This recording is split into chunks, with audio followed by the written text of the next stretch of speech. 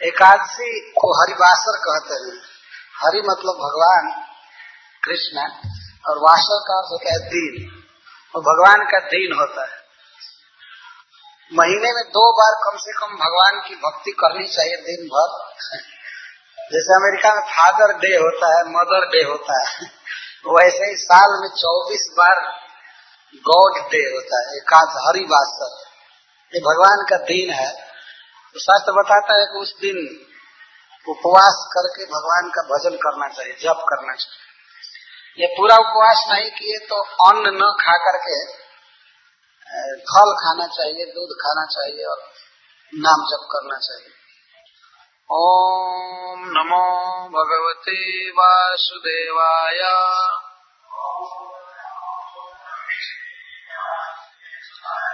ओम नमो भगवते वासुदेवाय।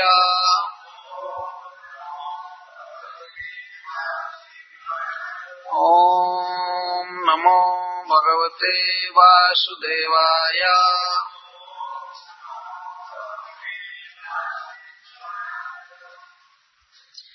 कालेन व्रजताल्पेन गोकुले रामकेशवौ जानुभ्यां सह पाणिभ्यां लिंगमाणौ विजर्हतुः।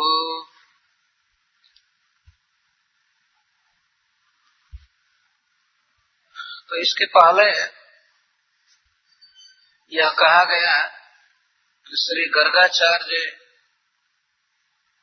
के उद्गारों को सुनकर कृष्ण के विषय में नंद महाराज अपने को पूर्ण मानने लगे। मैं सब तरह से सुखी हूँ, सब तरह से पूर्ण हूँ, और आनंदित हो गए। किस प्रकार उनमें पूर्णता का अनुभव हो रहा था, इसका वर्णन आगे कर रहे हैं। श्री कृष्ण और श्री बलराम जी की लीलाओं को देखकर श्री नंद जसोदा परम सुखी हो गए, इसका वर्णन आगे कर रहे हैं। काले न व्रजताल्पे न गोकुले राम केशव जानुभ्याम सह पाणिभ्याम रिंगमाणो विचरहत।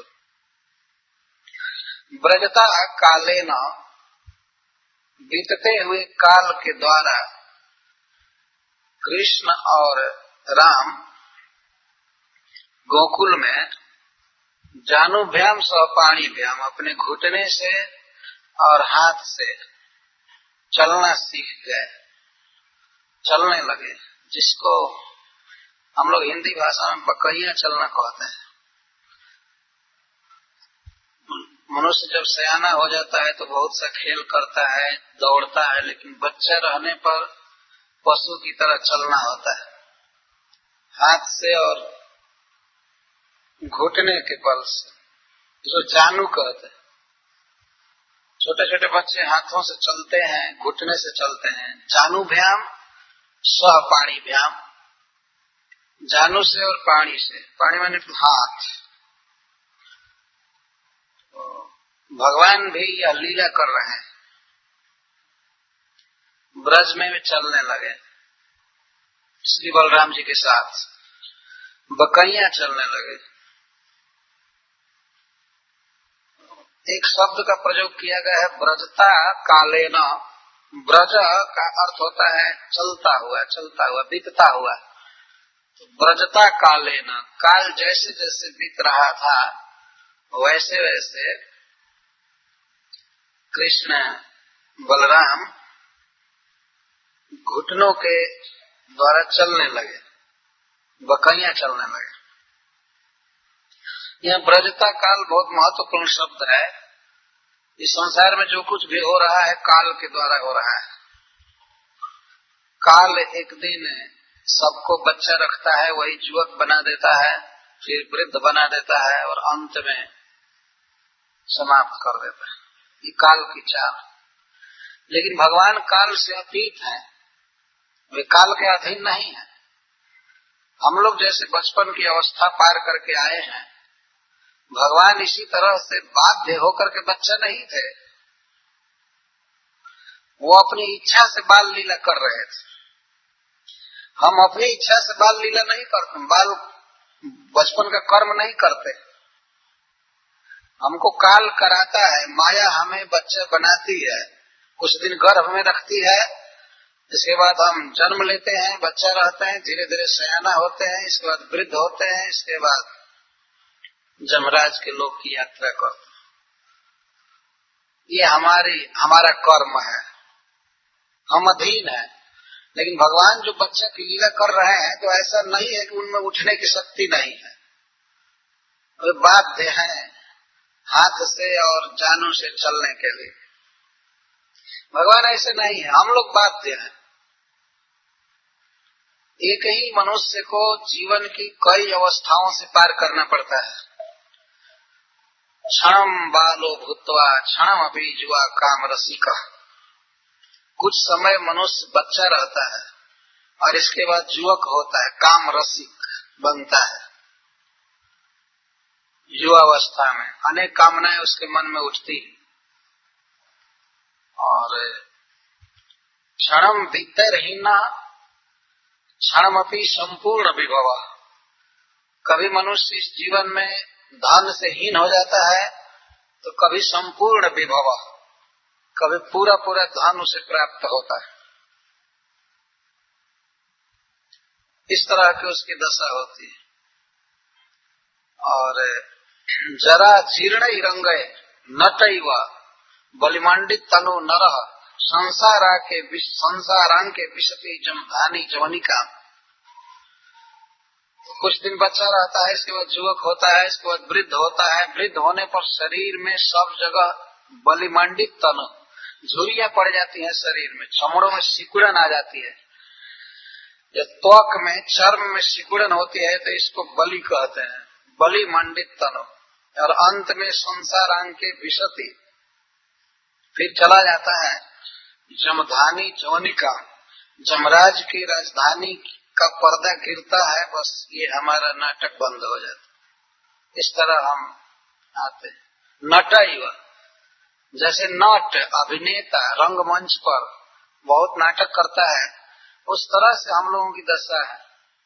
कभी बच्चा होकर जानू से चले, कभी जुआ होकर काम रसिक हो गए, वृद्ध हो गए, हाथ पैर कांपने लगे, इसके बाद चले। सबको ऐसे जाना है क्योंकि हम लोग काल के बस में। परंतु भगवान श्री हरि ऐसे नहीं है, यह उनकी अपनी लीला है। लीला उसे कहते हैं जो व्यक्ति अपनी इच्छा से करता है, किसी के दबाव से नहीं, उसको लीला कहते हैं। हम लोग कोई भी लीला नहीं कर रहे हैं। हम जब बच्चा थे तो हमारी लीला नहीं थी, और अब जब हम युवक हो रहे हैं, बूढ़े हो रहे हैं, तो ये लीला नहीं है। बल्कि जो बूढ़े हो रहे हैं वे चाहते हैं कि हम बूढ़े ना हो, है कि नहीं? अपनी बुढ़ापा को छिपाते हैं नकली पेंट से या तेल लगा करके, आज के युग में छिपाया जाता है। जब बाल सफेद हो जाते हैं तो उसमें कुछ काला मसाला लगा करके और हम दिखाते हैं समाज में कि अभी हम बूढ़े नहीं हुए। ये हमारी दशा है। हम नहीं चाहते हैं कि हम बूढ़े हों, लेकिन बुढ़ापा आएगी क्योंकि काल भेज रहा है। तो वास्तव में काल नहीं बीतता है, काल एक समान रहता है। बीत जाती है हमारी उम्र, हमारे शरीर में परिवर्तन होता है, काल नहीं बीतता है कभी भी। संस्कृत के एक श्लोक में कहा गया है कि पुनः प्रभातम पुनरेव सर्वरी पुनः शशांक पुनरुद्धते रवि कालस्य किं गच्छति जाति यवनम तथापि लोक कथितम न बुध्यते। फिर दिन आता है, रात आती है, सूरज उगता है, फिर चंद्रमा उगता है। इस काल का क्या बिगड़ रहा है? काल कभी घटेगा नहीं। भाई यह साल बीत रहा है, यह महीना बीत रहा है, जनवरी फरवरी बीत रहा है, यह 96 97 बीत रहा है, काल एक दिन खत्म हो जाएगा? नहीं। काल से किम जाती, कुछ भी नहीं। काल का क्या जाता है? जाती है हमारी उम्र, सारा संसार खत्म हो रहा है, काल कभी खत्म नहीं होता है। फिर दिन आएगा, फिर रात आएगी, फिर वही महीना। नाम मनुष्य बदल देता है कि ये 96 है, 97 है, हमारी ओर से नाम दिया जाता है। काल एक रस रह रहा है, वो नहीं बदल रहा है, हम लोग बदल जाएंगे। हमारी अवस्था बदल रही है। देखना चाहिए यदि किन्हीं का फोटो बचपन का होगा तो देख सकते हैं कि हम कितना बदल गए। तो बदल रहे हैं, हमारा शरीर बदल रहा है और फिर हम शरीर बदल करके दूसरे जगह जाते हैं। भगवान के साथ यह नियम नहीं है। भगवान के अधीन काल है और काल के अधीन हम लोग हैं। तो उनकी जो भी लीलाएं हैं, बाल लीलाएं, वो लीला है, वास्तव में लीला है। अपनी स्वच्छंद इच्छा से आनंद के लिए भगवान ये सब करते हैं, भक्तों को आनंद देने के लिए। हम लोग ऐसे नहीं। भर्तृहरि ने लिखा है कि भोगा न भुक्ता वयमेव भुक्ता, तपो न तप्तम वयमेव तप्ता, कालो न जातो वयमेव जाता, तृष्णा न जीर्णा वयमेव जीर्णा। वास्तव में मनुष्य सोचता है कि हम भोग रहे हैं, लेकिन हम भोगों को नहीं भोग रहे हैं, भोग ही हमको भोग गए। ये दुनिया में देखने, खाने, छूने पीने का सामान जैसे का तैसे रह जाएगा। ये अमेरिका के स्टोर हाउस सब रह जाएंगे, हम ही मर जाएंगे। तो हम भोगों को नहीं भोगे, भोग ही हमको भोग देंगे। हमको भोग लिए, है कि नहीं? ये भोगा न भुगता वयमेव भुगता। भोगों को हम नहीं भोग रहे हैं, हम ही भुक्त हो गए, हम समाप्त हो जाते हैं। एक बार एक व्यक्ति ने हमसे कहा था कि पहले की अपेक्षा इस समय संसार में ज्यादा आकर्षण है। ज्यादा आकर्षण नहीं है, बल्कि कम आकर्षण है। अथवा ये कहे कि संसार हमेशा से ऐसा ही आकर्षण रहा है, आकर्षक रहा है। लोग कहते हैं कि आजकल ज्यादा फैशन बढ़ रहा है, इसलिए संसार ज्यादा आकर्षक हो गया है। कुछ भी आकर्षक नहीं हुआ। पहले लोगों को शुद्ध घी खाने को मिलता था, अब नहीं मिलता है। पहले के लोग बहुत सुंदर होते थे, अब के लोग नहीं होते। बहुत कम सुंदरता रह गई, बहुत कम आकर्षण रह गया, लेकिन फिर भी लोग संसार में आ सकते हैं। तो जो कुछ भी हो, संसार का भोग वैसे ही रह जाएगा। ये न्यूयॉर्क की सड़कों पर वही ट्रैफिक जाम होगा, सब कुछ रहेगा, आप चले जाएंगे। भोग नहीं समाप्त होंगे। भोग तो जीव के त्यों रहेंगे, लेकिन भोगने वाले चले जाएंगे। भोगा न भुगता वयमेव भुगता, तपो न तप्तम वयमेव तप्ता। इतना दुख भोगे हैं हम, दुख भोगे हैं, दवाइयां हो रही हैं और क्या क्या हो रहा है। तो आदमी सोचता है कि दुखों को हम खत्म कर देंगे। दुख खत्म नहीं होंगे, हम खत्म हो जाएंगे। ज्यों की त्यों बीमारियां रहेंगी, ज्यों की त्यों अस्पताल रहेंगे, चोरी रहेगी। यहाँ मैं देखा प्रत्येक कार में ताला लगा हुआ है। तो चोरियां ज्यों की त्यों रहेंगी, बल्कि बढ़ती जाएंगी। सब दुख खत्म नहीं होगा, हम चले जाएंगे। कालो न जातो वयमेव जाता, काल नहीं बीतता है। कोई कहे कि हमारा जन्म 1920 में हुआ था और इसके बाद 1996 तक इतना काल बीत गया। काल कुछ नहीं बीता, हम बीत रहे हैं, हम बीत गए। काल नहीं बीतता। और तृष्णा न जीर्णा वयमेव जीर्णा, कभी मन की तृष्णा जीर्ण नहीं होती है, हम जीर्ण हो जाते हैं। शरीर जीर्ण हो जाता है, लेकिन तृष्णा जीर्ण नहीं होती। तो इस तरह यहाँ एक शब्द दिया गया है, ब्रजता काले न। काल चल रहा है, तो चल रहा है तो बीत नहीं रहा है, चक्र की तरह चल रहा है। जैसे चक्का चलता है, ऐसे चल रहा है। फिर जनवरी आएगा, फिर फरवरी आएगा, फिर मार्च, वही, और गिनते गिनते हम चले जाएंगे।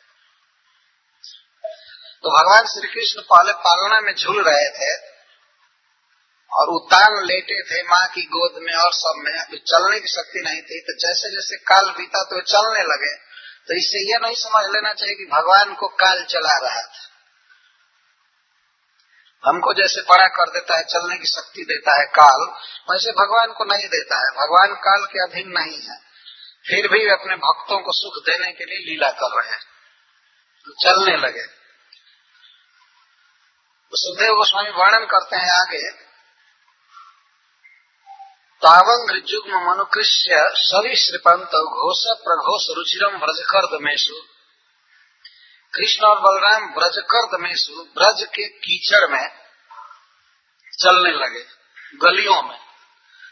और जो बच्चा खड़ा होकर के नहीं चलेगा तो उसके देह में कीचड़ लगेगा, ब्रजरज लगेगा, तो इस तरह लगने लगा कीचड़। और दोनों चलते थे रिंग मारव, रेंगते हुए, सरिसृपंतव। सरिसृपंतव का तेज चलते थे, बकैया चलते थे लेकिन तेज चलते थे। ये सांप चलता है, सांप को उरग कहते हैं। उरग माने हृदय, गम का अर्थ होता है गमन करने वाला। सांप हृदय से चलता है, पेट के बल चलता है, इसलिए उसको उरग कहते हैं। तो बच्चे इस तरह चलते हैं हाथ से और घुटनों से। तो श्री कृष्ण और बलराम चल रहे थे, अंग्री जुगम अनुकृष्य, अपने दोनों चरणों को खींचते हुए। बचपन में चरणों को खींचते हुए चलना पड़ता है, चरणों से नहीं चलते हैं। बाद में धीरे धीरे बड़े होते हैं तो खड़े होते हैं, और खड़े होकर के तब चरणों से चलते हैं। तो भगवान भी इस मनुष्य लीला को दिखा रहे हैं। तो चरणों को घसीटते हुए चलते, अनुकृष्य, अनुकर्षण करते हुए। हाथ जब आगे बढ़ते हैं तो पैर अपने आप खींचे जाते हैं। तो पैरों के खींचने पर एक आवाज आती है, तो घोष प्रघोष रुचिरम।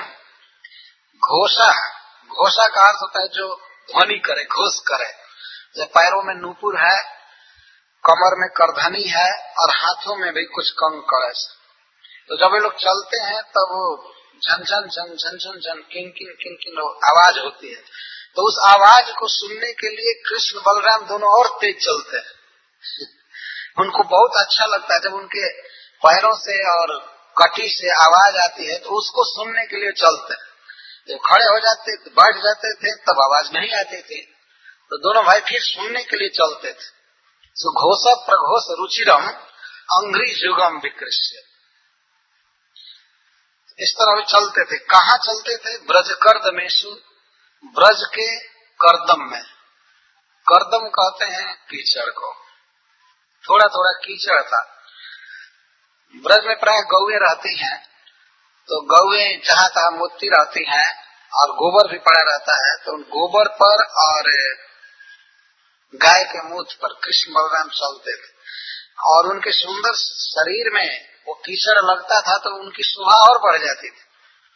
संस्कृत में एक उक्ति है, सुंदरे किम सुंदरम। सुंदर व्यक्ति कुछ भी धारण कर ले तो सुंदर लगेगा। ये सुंदर व्यक्ति फटा कुर्ता भी पहन ले तो अच्छा लगेगा। तो भगवान के शरीर पर वो लगा हुआ कीचड़ भी सबसे सुंदर लग रहा था, बड़े सुंदर लग रहे थे। ब्रजकर्द में तन्नाद हृष्ट मनसो, अपने शरीर में जो आवाज आ रही थी आभूषणों की, तो उस नाद से हृष्ट मनसो, दोनों का मन बड़ा प्रसन्न होता था। कभी कभी वे अपनी आवाज सुनने के लिए चलते थे। तो और चलते चलते कभी ऐसा होता था, अनुसृत लोकम मुग्ध प्रभीतवदुपेयन अतुरंति मात्र। चलते थे तो कोई मनुष्य आगे पड़ जाता था या कोई स्त्री, तो उसके पीछे चलने लगते थे। ये बच्चों का प्राय स्वभाव होता है। लेकिन दो चार पग जाने के बाद वे सोचते थे ये अपना आदमी नहीं है, तो भयभीत की तरह रुक जाते थे। 2-4-10 कदम चलते थे ऐसे रेंगते हुए, देखते थे कि अपना आदमी नहीं है तो लौट जाते थे। मुग्ध प्रभीतवत, मुग्ध और विशेष भयभीत की तरह। तो वे वहां से फिर दौड़ करके बकरियां चलते हुए माता के पास आ जाते थे। उपेयतु अंति ही मात्र, अंति में निकट, अपनी माताओं के निकट भाग करके आ जाते थे। तो उस समय उनके पंख लगे हुए शरीर को दोनों माताएं अपने गोद में ले लेती थी। श्री बलराम जी को रोहिणी जी और श्री कृष्ण को माँ यशोदा अपने गोद में लेती थी। तन्मातरौ निज सुतौ घृणया स्नुवन्त्यौ पंकांग राग रुचिरौ उपगुह्य दौर्भ्याम दत्त्वास्तनं प्रपिबत स्वमुखं निरीक्ष्य मुग्धस्पिताल्पदशनं ययतुः प्रमोदम्। तो जब दोनों भाई आते थे रेंगते हुए, बकैया चलते हुए, तो माताएं निज सुतौ अपने अपने पुत्र को गोद में ले लेती थी, अंक में ले लेती थी। और यह लोक में भी देखा गया है कि पंख लगा हुआ बच्चा, रज लगा हुआ बच्चा माँ के लिए कभी भी तिरस्कार का पात्र नहीं होता है। बच्चे के शरीर में कुछ लगा होता है, कीचड़ या धूल, फिर भी माँ उठा लेती। तो कृष्ण बलराम के शरीर में पंख लगा रहता था। पंकांग राग रुचिर, पंख का अंगराग लगने से वे और रुचिर हो गए, और सुंदर लग रहे थे। और अंगराग का अर्थ होता है चंदन या कस्तूरी, केसर आदि पीस करके लगाया जाता है शरीर में। चतुर्सम, अगुरु, केसर, कस्तूरी और चंदन, इनको जब सम भाग में लेकर के पीसा जाता है तो वास्तव में इसको अंगराग कहते हैं। पहले के सभी लोग शरीर पर अंगराग धारण करते थे। शरीर में दुर्गंध होती है, इसलिए शरीर की दुर्गंध को मारने के लिए पहले के लोग शरीर में सुगंधित पदार्थ लगाते थे, इसको अंगराग कहते हैं। लेकिन भगवान बचपन में ब्रज के कीचड़ का अंगराग लगा रहे थे और वो गर्दन का अंगराग लगने से, पंख का अंगराग लगने से रुचि रहो, दोनों अति सुंदर लग रहे थे। तो माताएं गोद में उठा करके और दत्त्वा स्तनम, उन्हें अपना स्तन देकर पिलाने लगती थी। दत्त्वा स्तनम और पिबतोस्म मुखम निरीक्षा, और जब वे दूध पीने लगते थे तो उनके सुंदर मुख को देखा करती थी। मुग्धस्मिताल्प दशनम जगतु प्रमोदम, कैसे मुख को मुग्ध स्मित, मंद मंद मुस्कान से युक्त। जब कृष्ण माँ यशोदा का दूध पीते थे और बलराम जी रोहिणी का, तो वे दूध पीने के कारण, दूध की प्राप्ति हो जाने से वो अपनी खुशी को व्यक्त कर रहे थे। आनंद आ रहा था, हमको मिल गया बड़ा धन। और वास्तव में बच्चों के लिए सबसे बड़ा धन माँ का दूध है। बचपन में न उनके नाम से कोई बैंक अकाउंट होता है, न कुछ भी, उनका कोई धन नहीं होता है। माँ के स्तनों का दूध ही उनका सर्वस्व होता है, और उसे पा करके वे प्रसन्न हो जाते हैं। भगवान भी ये लीला कर रहे हैं। कभी कभी ऐसा देखा जाता है कि माँ बच्चे को खिलौना देती है, ये देती है, वो देती है, लेकिन बच्चा रोता रहता है, या दूसरे लोग मनाते हैं, कुछ भी नहीं, शांत होता है। लेकिन जो ही माता जी अपने बच्चे को लेकर के अपना स्तन देती है पीने के लिए, तो वो शांत हो जाता है और प्रसन्न हो जाता है। इस विषय में एक हास्य की बात मैं सुना था कि एक बार एक व्यक्ति सिनेमा देखने गया। वो अपनी पत्नी के साथ गया था और अपने बच्चे के साथ गया था। तो उसका छोटा सा बच्चा रोने लगा, हाल में खूब जोर जोर से रोने लगा। तो उसकी माँ चुप करा रही थी, चुप रहो चुप रहो चुप रहो, नहीं चुप हो रही थी। तो उसका पति बोला कि अरे चुप कराओ, रोना बड़ा बुरा लग रहा था, और लोग हाल में बैठे थे, आवाज हो रही थी, बच्चे अकस्मात रोवे तो डिस्टर्ब होता है। तो सब उपाय करके हार गए। तो कहते हैं मैं पिला करके हार गई, नहीं पी रहा है। तो वो कहा कि क्यों नहीं पिएगा, उसका बाप पिएगा, वो क्यों नहीं पिएगा। मैं एक बार सुना था इस बात को बाप स्वयं बोल रहा है। जो भी हो, इसका मतलब यह है कि बच्चा दूध पिलाने से शांत हो जाते, ये उपाय है।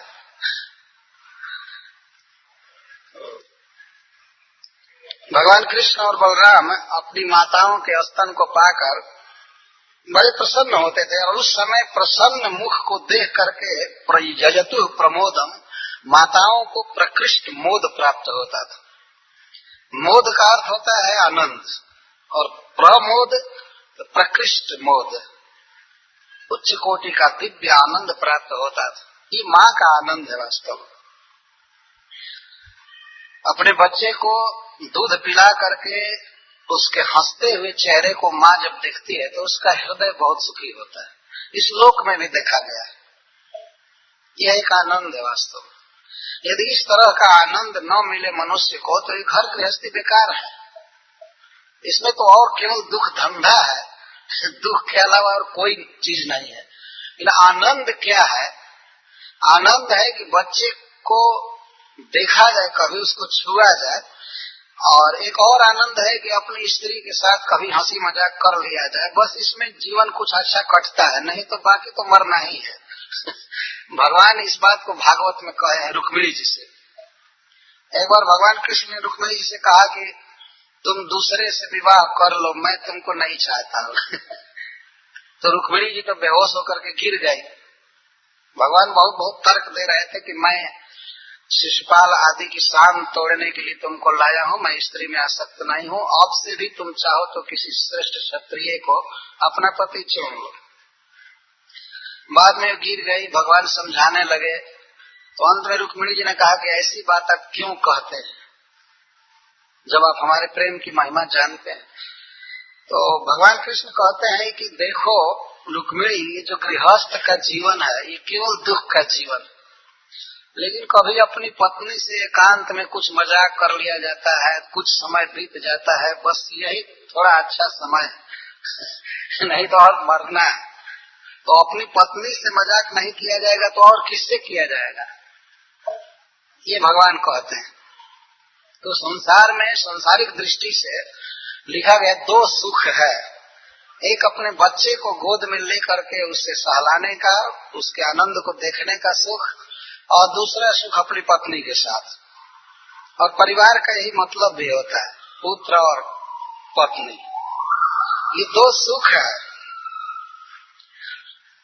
तो जो भी हो, जब संसार में एक प्राकृत बालक को अपने गोद में रख करके इतना सुख प्राप्त होता है माँ को, तो जहाँ साक्षात आनंद घन भगवान जिसकी गोद में आ जाए तो उसको कितना सुख होगा। ये जो बच्चे हैं, हम लोग जो बच्चे थे, हमारा शरीर जड़ पदार्थ का मैटेरियल है। चित जल पाओ गगन समीरा, ऐसे पंचभूतों से बना है। और इसके भीतर एक बहुत तुच्छ कण आत्मा है, जिसका साइज बताया गया है शास्त्र में कि किसी केश के अग्रभाग को, टीप को यदि 100 टुकड़ा किया जाए, उसमें से एक भाग को फिर 100 भाग किया जाए, उतना छोटा जीव का आकार है। तो उतना छोटा जीव रह रहा है इस शरीर के भीतर, बाकी सारा शरीर जड़ है, भौतिक। और भगवान का शरीर जो है वो पूर्ण चिन्मय है, स्पिरिट है, नख से सिख तक उसमें चिन्मय आनंद के अलावा और कुछ भी नहीं है, जड़ शरीर नहीं है। तो जिस शरीर में एक चित्कण आ जाता है, छोटा सा जीव, उस शरीर को लेकर के छूने में, चूमने में, बच्चों को लेकर के चूमने में आनंद आता है। जहाँ साक्षात नख से सिख तक केवल स्पिरिट ही हो, केवल आनंद हो, तो उसको गोद में रखने पर कितना आनंद प्राप्त होगा, उसकी कोई सीमा नहीं। जैसे आग का गोला लेने पर आंच देता है, आप अपनी गोद में अगर आग का अंगार लीजिए तो जलाएगा, वैसे ही भगवान को अपनी गोद में लेने का मतलब है आनंद विकीर्ण होगा, आनंदित हो जाता है। जब उनकी कथा सुन करके इतना आनंद आता है तो उनको जो लोग देखे हैं, गोद में रखे हैं, उनके आनंद का क्या वर्णन किया जा सकता है। तो इसीलिए यहाँ लिखा गया है यजतु प्रमोदम, प्रकृष्ट मोद प्राप्त होता है कृष्ण को गोद में लेकर, और खास करके उनके हंसते हुए चेहरे को देखकर। अल्प दशनम, और छोटे छोटे दांत निकल रहे थे। पहले 2 दांत निकलते हैं बच्चों के, जिसे दूधिया दांत कहते हैं, और बिल्कुल दूध जैसा सफेद होते हैं छोटे छोटे दांत। तो छोटे छोटे दांत निकल रहे थे, और ऐसे मंद अस्मित मुस्कान से युक्त, छोटे छोटे दांतों से युक्त अपने बच्चे का मुख देखकर माँ यशोदा और रोहिणी यजतु प्रमोदम, बहुत आनंदित होती थी, आनंद में मग्न हो जाती थी। अच्छा, इस तरह श्री कृष्ण और बलराम लीला कर रहे हैं। जरयंगना दर्शनीय कुमार लीलौ अंतर ब्रजे तदबला प्रगृहित प्रोक्षय वत्सय ऋतस्ततौ भाव अनुकृष्य माणव प्रेक्षंत उज्जित गृहा जहसिर हसंत्य। अब अन्य नारियों के सुख का वर्णन कर रहे हैं, यशोदा की सखियों का, कि जब श्री कृष्ण और बलराम कुमार लीला करने लगे ब्रज में, छोटे छोटे बच्चा अभी थे, चलने की शक्ति नहीं थी अभी भी, तो कभी कभी ऐसे करते थे, किसी बछड़े के पास जाते थे, कि चारों तरफ ब्रज है, तो ब्रज में कहीं बछड़े बैठे हैं, कहीं बाछी हम लोग कहते हैं बत्सा, गाय के छोटे छोटे बच्चे बैठे रहते थे, तो उनके पास भी चले जाते थे रेंगते हुए, खेलते हुए, और पूंछ पकड़ते थे। तो पूंछ पकड़ते थे तब तक वो बछड़े खड़े हो जाते थे और खड़ा होकर के भागते थे। यदि बछड़ा भागता था तो वे और उसको दृढ़ता से पकड़ लेते थे, और बछड़े इनको घसीट रहे थे। एक बछड़े की पूंछ बलराम पकड़े हैं, दूसरे की पूंछ कृष्ण पकड़े हैं, और बछड़े इस तरह गलियों में उनको घसीट रहे अरे वे छोड़ नहीं रहे हैं, और रोते रहते थे, आय आय हाय हाय, और बछड़े खींच रहे हैं उनको। तो इसको देख करके इन लीलाओं को ब्रज की गोपियां, वात्सल्य भावमयी गोपियां, अपने घर के काम धंधा को भी भूल जाती थी और देखती रहती थी यही सब लीलाएं। वत्सय ऋतस्ततः विकृष्य मानव, बछड़ों के द्वारा इधर उधर खींचे जा रहे थे। ये है भगवान की लीला। ब्रज में एक बछड़ा भी भगवान को अपने पूंछ में खींचता है दूसरे जगह बड़े बड़े ज्ञानी जोगियों के मन में भी भगवान नहीं आते। ब्रज में ये सबसे अधिक सुलभ है। एक कवि ने ऐसा लिखा है कि श्रुति में परे स्मृति वितरे भारत मन भजंत भवभीता अहमी आनंदम वंदे जस्या लिंदे परम ब्रह्म। कुछ लोग श्रुति पढ़ते हैं, वो पढ़ते रहे, स्मृति पढ़ते हैं, वो भी पढ़े, महाभारत पढ़ते हैं, मैं ऑब्जेक्शन नहीं करता हूँ, वो भी पढ़े, लेकिन मैं तो केवल नंद महाराज के चरणों की वंदना करता हूँ, जिनके आंगन में परब्रह्म खेलता रहता है। हमारी साधना यही है कि नंद महाराज को प्रणाम करना, बस हमारी यही साधना है। अहमी आनंदम वंदे जस्या लिंदे परम ब्रह्म। मैं नंद महाराज के चरणों की वंदना करता हूँ, जिनके आंगन में परब्रह्म खेलता रहता है। ये हमारी साधना। तो और जगह योगियों के मन में भी भगवान नहीं आते हैं, और नंद बाबा के आंगन में खेलते हैं, वो भी उनको बछड़ा अपनी पूंछ में घसीट रहा है परब्रह्म को, भगवान को। ये है ब्रज। आज भी आप जाकर देखेंगे ब्रज का जो आनंद है, ब्रज में जो भक्ति है, वो कहीं नहीं है। आज भी ब्रज में भगवान के प्रेम की गंगा बहती है। तो बछड़े इधर उधर खींचते थे, तो गोपियां उज्जित गृहा का घर के काम धंधे को पूरा छोड़ करके और प्रेक्षंत्य देखती रहती थी, कृष्ण बलराम की लीलाएं देखती रहती थी। और विशेष करके श्री यशोदा और श्री रोहिणी तो घर का कोई काम नहीं कर पाती थी, हमेशा कृष्ण बलराम के पीछे रहती थी, और कुछ खतरा से बचाने के लिए। तो यहाँ लिखते हैं, सुखदेव गोस्वामी कहते हैं, श्रृंगग्नि जसी जल द्विजकंठ केभ्य क्रीड़ा परो अति चलो स्वसुतौ निषेधम। कभी कभी कृष्ण बलराम किसी सिंह वाले जानवर के पास चले जाते थे, जैसे बैल या गाय, सिंह वाले, तो उनके पास जाते थे। वे विचार नहीं करते थे कि ये मारने वाला है, हमको मार देगा सिंह से, वो जाते थे उनकी सिंह पकड़ने। और कभी कभी आग की तरफ दौड़ते थे, कहीं आग जलती थी तो आग को पकड़ने के लिए दौड़ते थे, एक मुग्ध बालक की लीला करते थे। और कहीं बड़े बड़े दांत वाले जानवरों को जाते थे पकड़ने के लिए, जैसे कुत्ता, उसको जो खा जाते काटते हैं, ऐसे जीवों को भी पकड़ने जाते थे। कभी तलवार उठा लेते थे दोनों भाई, घर में 80 तलवार रहता था उसको उठा लेते थे। तो बच्चे क्या जाने कि कहीं लग जाएगा तो खट से अंग कट जाएगा, वो इसको जानते नहीं थे। तो अज्ञ बालक हैं तो उठा लेते थे। और कभी कभी किसी पक्षी को पकड़ने चलते थे जो चोंच से मारते हैं, तो कंट के या द्विज सांप को भी कहते हैं, कहीं सांप को पकड़ने चलते थे, कहीं कांटों को पकड़ने चलते थे।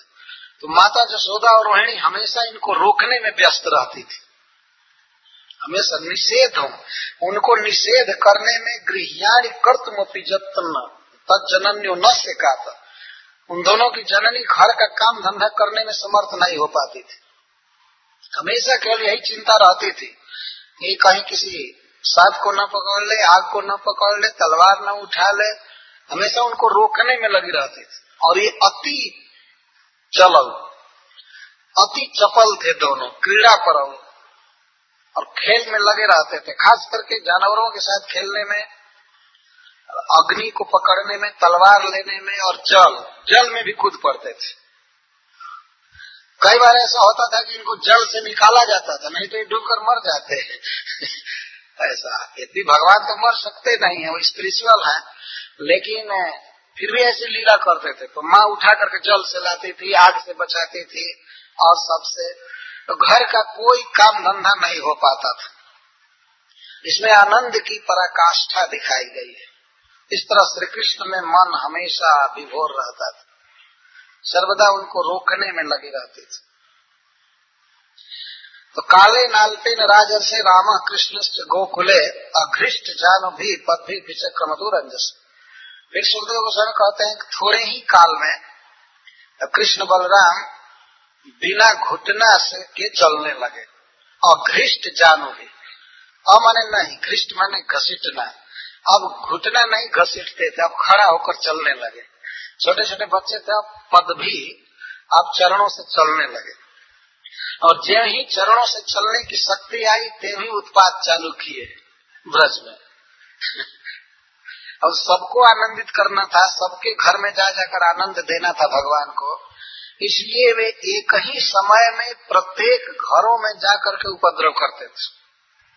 और वह उत्पात या उपद्रव वास्तव में गोपियां चाहती थी कि की जाए।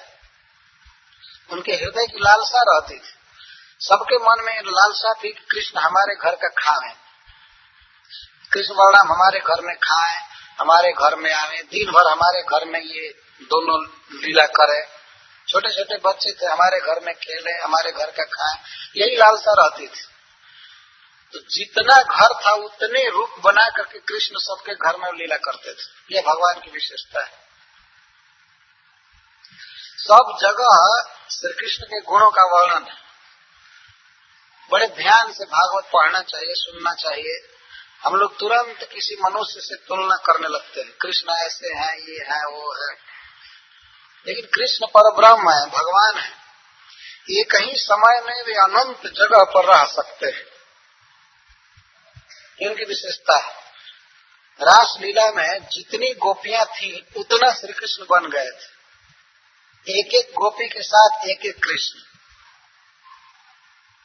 और इस संसार में कोई मनुष्य दो स्त्री रखता है तो क्या दो रूप बना लेगा? दो नहीं बन सकता है। तो भगवान की 16,108 रानियां थी और प्रत्येक रानी के साथ वे रहते थे, सर्वदा सबके साथ रहते थे। एक ही समय में विवाह किए थे प्रत्येक घरों में। और प्रत्येक घर में वसुदेव जी थे, देवकी थी, प्रत्येक घर में कृष्ण। एक एक घर में पूर्ण उत्सव हुआ। ये भागवत में लिखा गया है। यह भगवान की विशेषता है। ये अनंत जगह पर एक समय में रह सकते हैं, अनंत स्थान में। ये उनकी विशेषता है। तो ब्रज के घर घर में वे चोरी करते थे और अभिलाषा रहती थी गोपियों की कि वे आवे, हमारे घर चोरी करें, हम देखें, खिलावें। और कृष्ण की आदत थी कि कुछ दिया जाए खाने के लिए तो ये नहीं खाते थे, चोरी से अर्जित धन खाते थे। ये उनका अभ्यास था। चौरार्जित धन को वे बड़ा स्वादिष्ट मानते थे। चोरी से कुछ मिल गया दही या माखन तो उसको खाते थे। ये इसमें भागवत में लिखा गया है।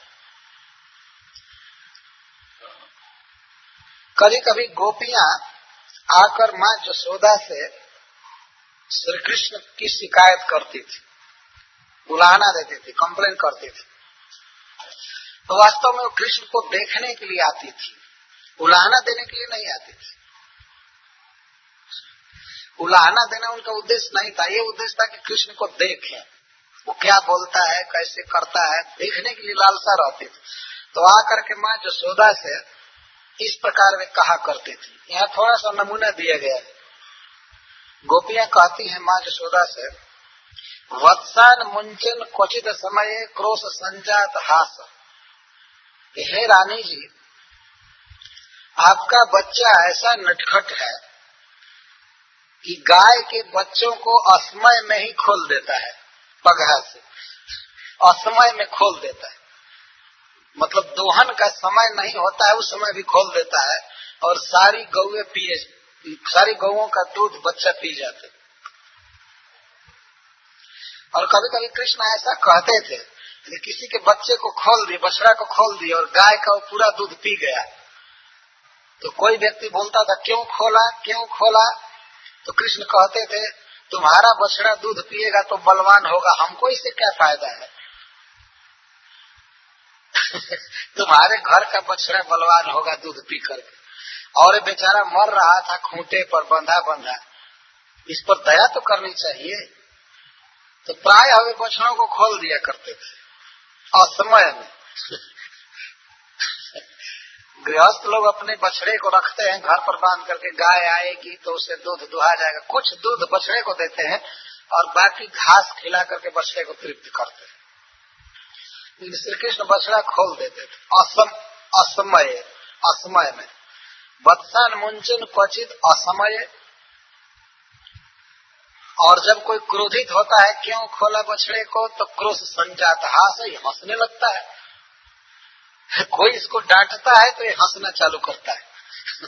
खास करके कृष्ण के विषय में बात, बलराम जी थोड़ा धीर गंभीर थे, तो ये हंसने लगता है और हंसता है तो उस समय क्रोध गायब हो जाता है। क्रोध तो वास्तव में होता नहीं था, बनावटी क्रोध होता था गोपियों में, लेकिन बनावटी क्रोध भी तड़क भड़क करती थी और कृष्ण जब हंस देते थे तो उनको हंसी आ जाती थी, क्रोध रह नहीं जाता था। क्रोध है और हंसी दोनों एक साथ नहीं हो सकता है। जब कैकेयी महाराज दशरथ से वरदान मांगी तो राजा दशरथ चाहते थे कि राम राजा बने, भरत राजा बने, लेकिन राम वन में न जाए। तो कैकेयी कहती है दोनों नहीं हो सकता है, दुई की हो एक संग भुआलू, हंसब ठठाई फुलाऊ गालू। ठठा करके हंसना और गाल फुलाना दोनों एक साथ नहीं हो सकता है। है कि नहीं? हंसने में गाल खुल जाती है, ये दोनों एक साथ नहीं हो सकता है। तो श्री कृष्ण इस तरह से हंसने लगता, क्रोध जितना किया जाता था, डांटा जाता था, मारने की धमकी दी जाती थी तो हंसते थे। क्रोध संजात आशा, आशा माने हंसी, और हंसने लगते थे। और स्तेयम स्वादु अत्ति, अत्ति माने खाता है, ये इसको चोरी का माल ही स्वादिष्ट लगता है आपके बच्चे को, गोपियां कह रही हैं। तो करे जब हम लोग देती हैं कि लाला ये खा लो तो नहीं खाता है, चोरी से अर्जित माखन दूध इसको बहुत अच्छा लगता है, ये दही अच्छा लगता है। क्या कहा जाए रानी जी, पता नहीं आपने कौन सा कर्म किया था कि ऐसा बच्चा पाया जो आज तो दही दूध चुरा रहा है, आगे चलकर किसी की स्त्री आदि को न चुराने लगे। रानी जी सावधान हो जाइए इस बच्चे से, अभी से चोरी का कमाया हुआ दूध दही इसको अच्छा लग रहा है और दिया हुआ नहीं अच्छा लग रहा है। आपके घर में किसी चीज की कमी नहीं है, आपके घर से एक तो पराये घर में जाता है, दूसरे के घर में जाता है, यही गलती है। और दूसरे के घर में भी गया तो मांग करके नहीं खाता है, चुरा करके खाता है। तो स्वादु स्तेयम, स्तेयम मतलब चौरार्जित है वस्तु, चोरी से अर्जित वस्तु, इसको स्वादु बहुत स्वादिष्ट लगता है, इसको ये खाता है। क्या चीज खाता है? दधी पयः। दधी माने दधी और पयः का अर्थ है दूध। दधी पयः अति और कभी कभी माख। कल्पिता स्तेज हो गई। माँ जसोदा पूछती है कि कैसे चोरी कर लेता है, क्यों नहीं सामान को ऊंचे पर रखती हो, शिखर पर, सिक्के पर क्यों नहीं रखती हो, ऊंचे स्थान पर। तो कहती है रानी जी हम ऊंचे स्थान पर रखती हैं अपना दही दूध, लेकिन कल्पिता ये जो गई चोरी का उपाय जानता है, चोरी का उपाय रच करके, और ये छोटा है लेकिन धीरे धीरे ऊंचा होकर के और पकड़ लेता है। और इसके प्रतिदिन की आदत है, एक दिन की नहीं। ऐसा चतुर आपका बच्चा है कि चोरी का अनेक उपाय कर लेता है। आगे उपाय का वर्णन करेंगे। मरकान भोक्षण विभजति। अच्छा, इस पर भी हमें संतोष होता जसोदा जी कि स्वयं खाता तो कोई बात नहीं, मरकान विभजति, ये बंदरों को बांटता है, ये बानरों को बांटता है। हमारा दूध, हमारा दही, माखन सब बानरों को दे देता है। और सच नाती, यदि बंदर का भी पेट भर जाता है, वो नहीं खाता है, तभी बर्तन फोड़ फोड़ कर फेंक देता है। केवल खाता ही नहीं, लुटाता ही नहीं है, बर्तन में और कुछ बचा रहता है वो भी खत्म करके बर्तन को फोड़ देता है, पात्र फोड़ देता है।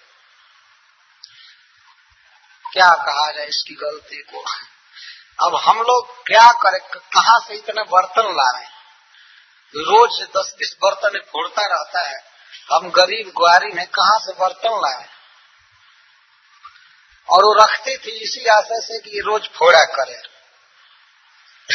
रोज खिला दे।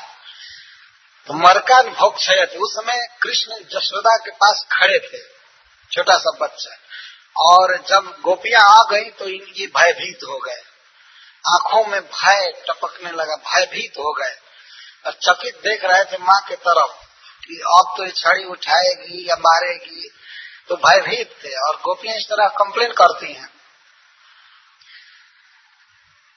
ये शिकायत है कि अब बानरों को बांटता है और बानर भी तृप्त हो जाते हैं तो ये बर्तन फोड़ देता है।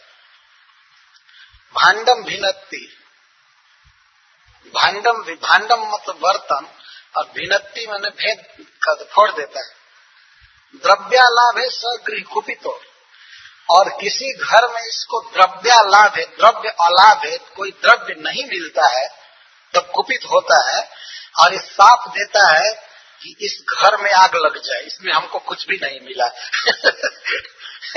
ऐसा ये कहता है। तो कहता है इस घर में दरिद्रता बैठी है, हमको कुछ भी नहीं मिला और ये भी कहता हुआ बड़बड़ाता हुआ निकलता है कल आऊंगा तो इस घर में आग लगा दूंगा, मुझे कुछ भी नहीं मिला यार। बताओ, इतना मेहनत किया, इस घर में कुछ भी नहीं मिला छोटा सा बच्चा इस तरह बड़बड़ाता हुआ घर से निकलता है। और कभी कभी तो ये जब घर में कुछ नहीं मिलता है तो घर में सोए हुए बच्चों को तमाचा मारकर डिस्टर्ब करता है और उनको चीटा काटता है कुछ अंगुली से डिस्टर्ब करके चला जाता है, उनको रुला कर चला जाता है वो कहती हैं द्रव्यालाभे गृह कुपितो, जब द्रव्य प्राप्त नहीं होता है तो उस गृह पर कुपित हो जाता है। इसे प्रत्येक गृहस्थ को सीखना चाहिए कि कृष्ण के लिए जरूर रखिए कुछ रोज प्रतिदिन, नहीं तो कृष्ण भगवान साथ दे देंगे, कम से कम गाली तो देंगे कि इसके घर में कुछ भी नहीं है मेरे लिए। सबके घर में कृष्ण का मंदिर होना चाहिए और जो भी भोजन बनाए पहले भगवान को अर्पित करें। तो सभी घरों में घूमते रहते हैं और जिस घर में कुछ नहीं मिलता है तो वे बहुत बुरा भला बोलते हैं गृह कुपित जाति उपकृष्ट टोका, टोक मतलब बच्चा, बच्चों को खूब रुला करके डिस्टर्ब करके जाते, जिस घर में नहीं मिलता है उसी घर के बच्चों को मारते थे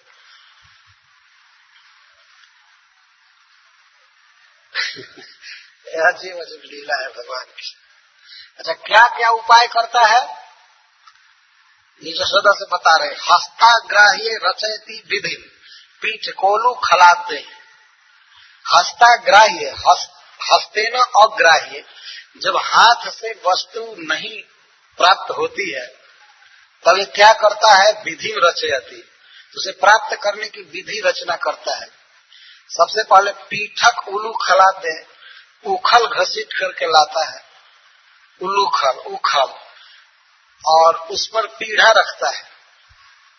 पीढ़ा समझते खाने के लिए काठ का बना हुआ एक पीढ़ा होता है। आज भी हम लोग गाँव में उसका इस्तेमाल करते हैं। जब खाने बैठते हैं तो मांगते हैं बच्चों से या माँ से कि लाओ पीढ़ा लाओ, तो पीढ़ा पर बैठ करके भोजन करते हैं। उसको पीठक कहते हैं, पीढ़ा।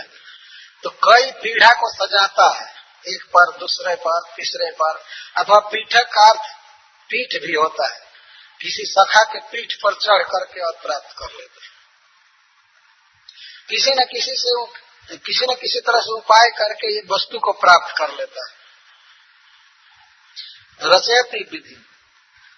अच्छा, माँ यशोदा पूछती है कि ठीक है, इसको कैसे पता लग जाता है कि इस बर्तन में यह वस्तु है?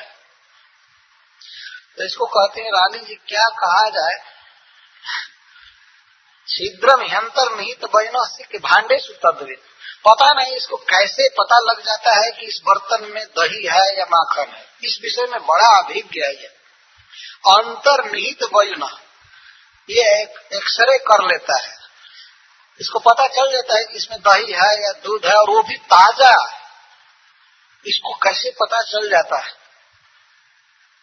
वैना मतलब ज्ञान। इसको ज्ञान हो जाता है कि सिक के भांडेसु, सिक के बर्तन में, ऊपर रखे हुए बर्तन में क्या माल है, इसको पता लग जाता है। तो एक तो हम ऊपर रखते हैं उसका भी उपाय कर लेता है, और बंद बर्तन में भी देख लेता है कि क्या चीज है। और ध्वांतागारे, माँ यशोदा कहेंगे तो अंधकार पूर्ण घर में क्यों नहीं रखती हो? अंधकार भरी कोठरी में रखा करो सामान, वहां नहीं जाएगा। तो कहते हैं कि रानी जी, ध्वांतागारे धृतमणि गण स्वांगमर्थ प्रदीपम। आप जो इसके शरीर पर अनेक गहना पहना दी हैं, तो ये अंधकार में कमरे में जाता है तो वहां भी प्रकाश हो जाता है। और पता नहीं विधाता ने इसका शरीर कैसा बनाया, इसका शरीर अंधकार में चमकता है। इसका शरीर चमकता है स्वयं। वास्तव में भगवान श्री कृष्ण के शरीर से ही तो सूर्य चंद्रमा की ज्योति निकलती है, तो उनमें प्रकाश है। तो अर्थ प्रदीपम, किसी वस्तु को प्राप्त करने के लिए इसका शरीर ही स्वयं दीपक है, स्वयं दीपक है, चमकता रहता है। तो हम कितना भी अंधकार में वस्तु छिपा करके रखते हैं, लेकिन ये देख लेता है, पकड़ लेता है। तब माँ कहती है कि तुम लोग सावधान क्यों नहीं रहती हो, अपनी वस्तु की रक्षा करो। इतना बेचारा चतुर तो हो नहीं सकता है, कैसे ले जाएगा, कैसे घर में चला जाता है। तो कहती है कि गोप्यो जरही गृह कृत्य सुव्यग्र चित्ता। जिस समय गोपियां अपने घर के काम में व्यग्र रहती हैं, घर के काम धंधा में अस्त व्यस्त रहते हैं, उसी समय घर में आ जाता है। खूब जानता है कि कब ये अपने घर के काम में मन लगाई है, तो बाहर का ध्यान रहता नहीं है। और गोपियां इस तरह का नाटक करती थी, वो कभी कभी अन्यमनस्क हो जाती थी। तो कृष्ण देखते थे, छिप करके बच्चे को किसी को भेजते थे, जाकर देखा वो क्या कर रही। तो देखते थे वो अनवधान है, सावधान नहीं है, तो उस घर में प्रवेश करते थे। तो इस तरह रानी जी, आपका बच्चा ये चोरी कर रहा है, इसकी आदत बिगड़ रही है, इसको डांटिए। एवं धार्ष्टानुसति, इस तरह से धृष्टता करता है, और उससे ये विवाद भी करता है। अगर कभी हम लोग चोरी में इसको पकड़ लेती हैं और कहती हैं रे रे चोर, अरे चोर, तो उल्टे ये कहता है तू चोर, मैं इस घर का मालिक हूँ। ऐसा बोलता है। अब हम क्या करें? और कहता है निकल जाओ इस घर से, ये घर मेरा है। ये आपका छोटा सा बच्चा चोरी में पकड़ा जाता है, चोर कहने पर हमको ही चोर बना देता है, और कहता है निकल जाओ घर से, घर मेरा है। इतना ढीठ हो गया है। और कृष्ण कभी कभी ऐसे कहते थे, मेरा घर है, तुम्हारे बाप का घर है, मेरा घर है, जो कुछ खाना होगा खाऊंगा। और वास्तव में सब घर भगवान का है। हम लोग तो ऐसा मान लिए हैं झूठ मूठ के कि इस घर का मैं मालिक हूँ, ये मेरा घर है, ये है, वो है, लेकिन मानस देह गया जो कुछ मोर अर्पिण तुआ पदे नंद किशोर। हमारा घर, हमारा शरीर, हमारा मन,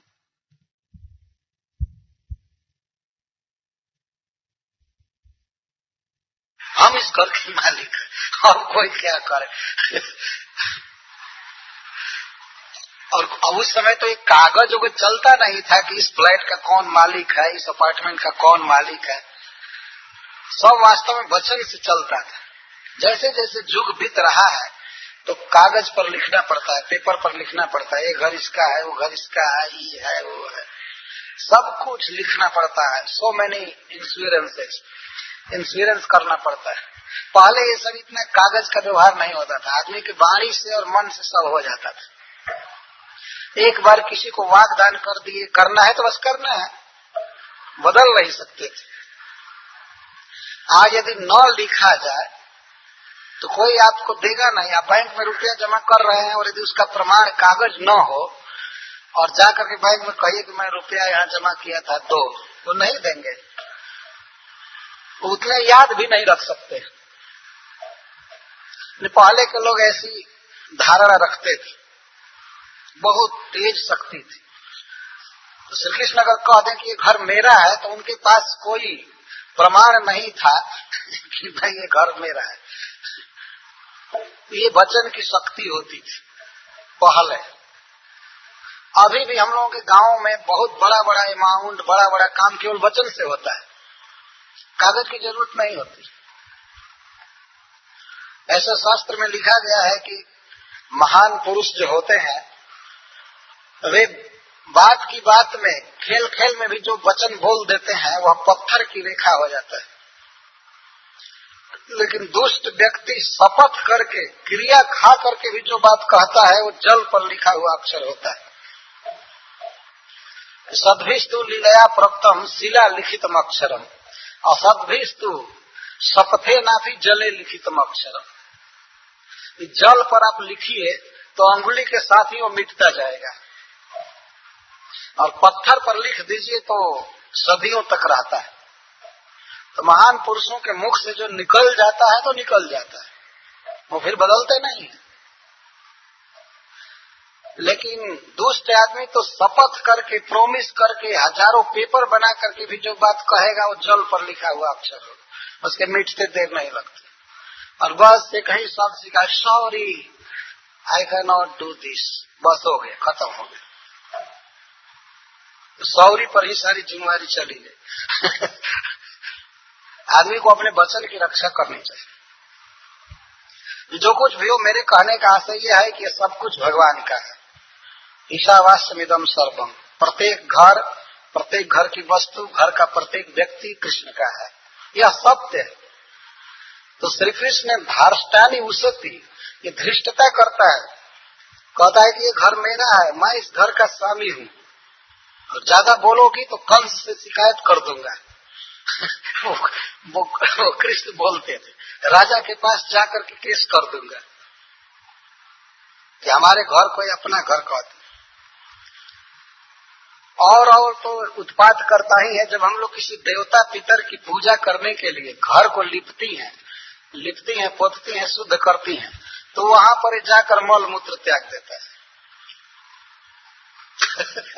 इतनी धृष्टता करता है। तो वास्तविक बात है कि भगवान में और भगवान के मल मूत्र में कोई भेद नहीं है। हम लोग चूंकि मनुष्यों का मल मूत्र देखे हैं, इसलिए भगवान के मल मूत्र में भी यही भाव आरोपित करेंगे। भगवान चिन्मय है, वास्तव में उनमें मल मूत्र है नहीं, वो तो एक बनावटी मल मूत्र भगवान दिखाते थे, उनमें नहीं है। उनके शरीर में न पसीना निकलता है, न दुर्गंधित चीज है, और न मल मूत्र है, न हड्डी है, न चर्म है, न रक्त, कुछ भी नहीं। तो केवल स्पिरिट है। लेकिन फिर भी वैसी लीला करते हैं। और कदाचित भगवान के शरीर से यदि मल दिखाई पड़े तो वह मल भी चिन्मय होता है। हम लोग भागवत में पढ़ते हैं, भगवान ऋषभ देव जब परमहंस चर्चा दिखा रहे थे, जड़ चर्चा, तो वे एक जगह लेटे रहते थे और वहीं पर मल मूत्र त्यागते थे, और शरीर उनका दिग्ध रहता था। लिपटा रहता था मल मूत्र से। तो ऐसा भागवत में वर्णन है कि उनके मल की सुगंध 10 योजन क्षेत्र को सुवासित रखती थी। 10 योजन मतलब 10 चौके 40, 80 माइल। 80 माइल में चारों तरफ एटमॉस्फेयर सुगंधित रहता था। ये भगवान के मल की विशेषता है। तो मल होने से क्या हुआ? गाय का मल भी मल है, लेकिन हम उससे घृणा तो करते नहीं है। लिपा हुआ अशुद्ध स्थान भी शुद्ध हो जाता है गाय के गोबर से, और देवताओं के बैठने का स्थान हो जाता है। देवता लोग ऐसे इस कुर्सी पर नहीं बैठ सकते। इन जमीन को अगर गाय के गोबर से लिप दिया जाए तो बैठ जाएंगे। गाय का गोबर इतना पवित्र है। तो मनुष्य को शास्त्रों के अनुसार चलना चाहिए। शास्त्र जो कहते हैं वो सत्य है। भगवान का मल मूत्र भी होगा तो वो दिव्य है, हमारे जैसा नहीं है। अपना दिमाग सब जगह नहीं लगाना चाहिए कि ये ऐसा है तो ऐसा होगा, ये ऐसा है तो ऐसा होगा। शास्त्र जो कहता है वो मानना चाहिए। शास्त्र कहता है कि गाय का गोबर पवित्र होता है। शंख एक जीव की हड्डी है, लेकिन शंख पवित्र होता है। और किसी हड्डी में अस्थि में लेकर के जल दीजिए किसी को तो कोई नहीं पिएगा, लेकिन शंख एक ऐसी हड्डी है उसमें जल लेकर भगवान का अभिषेक किया जाता है, और उसका जल हमारे सिर पर आता है तो हम लोग पवित्र मानते हैं अपने को। तो वो हड्डी है। गाय का गोबर एक मल है, लेकिन फिर भी वो दिव्य है, और दूसरा है शास्त्र के अनुसार। इसी तरह भगवान का जो कुछ भी है सब कुछ अप्राकृत है। आजकल लोग तर्क करते हैं, शुष्क तर्क, जिसको संस्कृत में हेतुवाद कहते हैं। हेतुवाद, शुष्क कारणवाद। किसी भी बात को तर्क से काट दो। लेकिन महाभारत कहता है कि तर्को अप्रतिष्ठा श्रुतयो विभिन्न। तर्क जो है वो मन की तरंग होता है, तो उसकी कोई प्रतिष्ठा नहीं है, उसका कोई आधार नहीं है। हम तर्क करके आपको परास्त कर सकते हैं, आप तर्क करके हमको परास्त कर सकते हैं, उसका कोई आधार नहीं है, प्रमाण नहीं है वो। लेकिन शास्त्र प्रमाण है। तो जो शास्त्र प्रमाण को छोड़कर मनमाना आचरण करते हैं हमको कहा जाता है वो हेतुवादी है, शुष्क तर्कवादी। संस्कृत की व्याख्या में श्रीपाद शंकराचार्य कहते हैं जैसे कोई आदमी यह कहे कि भाई गाय का गोबर, एक जानवर का गोबर जब इतना पवित्र है तो पढ़े लिखे ब्राह्मण का गोबर कितना पवित्र होगा। अब यह जो दिमाग है इसको शुष्क तर्कवाद कहेंगे। शुष्क तर्क है तब ठीक है, तब आदमी के गोबर से घर लिप दो तो क्या होगा? जो भी घर में रहेगा भाग जाएगा है कि नहीं? ये तो कोई तर्क काम करने वाला है नहीं। गाय का गोबर पवित्र है, आदमी का मल पवित्र नहीं, वो महाअपवित्र वस्तु है। तो इस तरह से अपने दिमाग से नहीं नापना चाहिए, शास्त्र द्वारा किसी वस्तु को नापना चाहिए। भगवान क्या है, वे किस तरह आए, किस तरह अपने धाम में गए, उनकी विलक्षण लीलाएं। मनुष्य जहां जाता है वहां अपने दिमाग से कुछ भी जोहता रहता है। वृंदावन के भागवत के कथाकार हैं, वो एक बार कथा कह रहे थे, बहुत सुंदर दृष्टांत दिए। वो कह रहे थे कि ग्वालिन एक बार कपड़ा खरीदने गई, वस्त्र खरीदने गई एक दुकान में।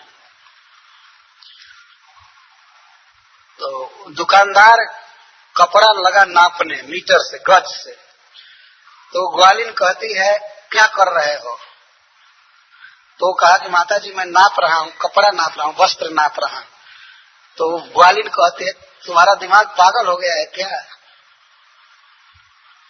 ये मीटर से क्यों नाप रहे हो? हमारे लोटा से नापो, हमारे लोटा से नापो। तो कहा कि माता जी कपड़ा लोटा से नहीं नापा जाता है तो कहे कि मैं कितना दूध नाप दी इससे और कपड़ा नहीं नापा जाएगा? वो तो दूध रोज बेचा करती थी और दूध नापती थी लोटा से। तो कहे कि मैं कितना दूध नाप चुकी हूँ इस लोटा से और एक कपड़ा नहीं नापा जाएगा। तो अब बताइए इसका क्या उत्तर? यह लोटा का मतलब है हमारा लोटा जैसा दिमाग। हम लोग कहीं जाते हैं तो बस इसी से नापा करते हैं। तो शास्त्र पढ़ना चाहिए, भागवत पढ़ना चाहिए, इसमें क्या लिखा हुआ है। तो मैं यह बात कह रहा हूं कि भगवान श्री कृष्ण ने स्वच्छ स्थान में यदि पेशाब कर देते हैं, मल त्याग देते हैं, तो हमें कभी भी मनुष्य के मल आदि की कल्पना नहीं करनी चाहिए। वह कुछ दूसरी वस्तु है। यहाँ तक कि देवताओं में भी मलमूत्र नहीं होता है। देवता मलमूत्र त्यागते नहीं है। तो कोई सोच सकता है कि अरे उनका मल रुक गया है तो मर जाएंगे। ऐसा देवता लोग नहीं खाते। वो ऐसी चीज खाते हैं जो केवल रक्त बन जाता है, उसमें मलांश आता ही नहीं। वो तो देवताओं की बात छोड़ दीजिए, इस जगत में वृक्ष भी है, पेड़ पौधे, ये भी रोज खाते हैं, लेकिन इनके लिए कोई टॉयलेट नहीं बना है। वृक्ष रोज खाते हैं, इनको पादप कहते हैं। पादप का अर्थ होता है पैर, चरण, और प माने पीने वाले। ये चरण से धरती का रस पीते रहते हैं, रोज खाते रहते हैं, लेकिन फिर भी उनमें मलमूत्र नहीं है। एक साधारण जीव में भी मलमूत्र नहीं है। देवताओं में तो कोई मलमूत्र होता नहीं, फिर भगवान में कैसे मलमूत्र हो सकता है? और कदाचित यदि देखा भी जा रहा है तो भगवान का मलमूत्र भी भगवान है। उसे शास्त्र की दृष्टि से देखना होगा कि क्या वस्तु है। ऐसी वस्तु है जिससे 10 योजन सुगंध फैलती है। जिस वस्तु से सुगंध फैले उसको मल कहना ही बेकार है। कस्तूरी हो तो माना जाएगा। तो जो कुछ भी हो, भगवान के इन लीलाओं पर विचार करने से पहले सिद्धांत जान लेना आवश्यक होता है। तो गोपियां शिकायत करती हैं कि हमारे लिपे पोते घर में मल मूत्र त्याग देता है। और देखो, रात दिन चोरी में लगा हुआ लड़का इस समय कितना साधु बनकर तुम्हारे पास खड़ा है। इस समय कितना भोला भाला खड़ा है, लगता है कि ये सपने में भी चोरी नहीं जानता होगा। वाह रे वाह। इस तरह से कृष्ण के मुख को देखा करती थी, भयभीत मुख को। कृष्ण चकित थे कि मां पीटेगी, क्या करेगी, तो सभय नयन श्री मुखालोकनी में गोपियां देखती थी कृष्ण के भयभीत चेहरे को। लेकिन मां जसोदा कभी कृष्ण को उलाहना नहीं देती थी, और बल्कि वे कहती थी कि अरे सखियों, मुझ गरीबनी का एक ही बेटा है, अगर तुम्हारा बर्तन फोड़ दिया है, तुम्हारा कुछ खा गया है, तो उससे दुगुना चौगुना हमारे घर से ले जाओ, लेकिन हमारे बच्चे को कभी उलाहना मत। इतना प्यार था, इतना स्नेह था मां जसोदा का। कहते तुम्हारा जो कुछ नुकसान किया है मैं कई गुना चुका दूंगी, लेकिन मेरे बच्चे को ऐसा मत कहो। और कभी कभी कृष्ण जब थोड़ा बड़ा होने लगे तो किसी गोपी को, छोटी गोपी को पकड़कर अपने से कहने लगते थे, मैं तुम्हारे साथ विवाह करूंगा, और मैं बहुत फेर में हूँ, मैं काला हूँ, इसलिए मेरा विवाह होने वाला नहीं है। और दूसरी बात ये भी है कि ब्रज में एक चोर के नाम से मैं प्रसिद्ध हो गया हूँ, इसलिए मेरा विवाह नहीं हो पाएगा, इसलिए किसी तरह से मेरा विवाह होना चाहिए। कभी कभी माँ जसोदा से कहा करते थे, मैया कर दे मेरो ब्याह, मंगाए दे दुल्हन गोरी सी। माँ मेरा विवाह कर दो, हमारे घर में गोरी दुल्हन मंगा दो। छोटा बच्चा बिल्कुल बात कर रहा है, छोटा सा बच्चा, शायद विवाह का मतलब भी नहीं जानता होगा। लेकिन एक विवाह कर दो।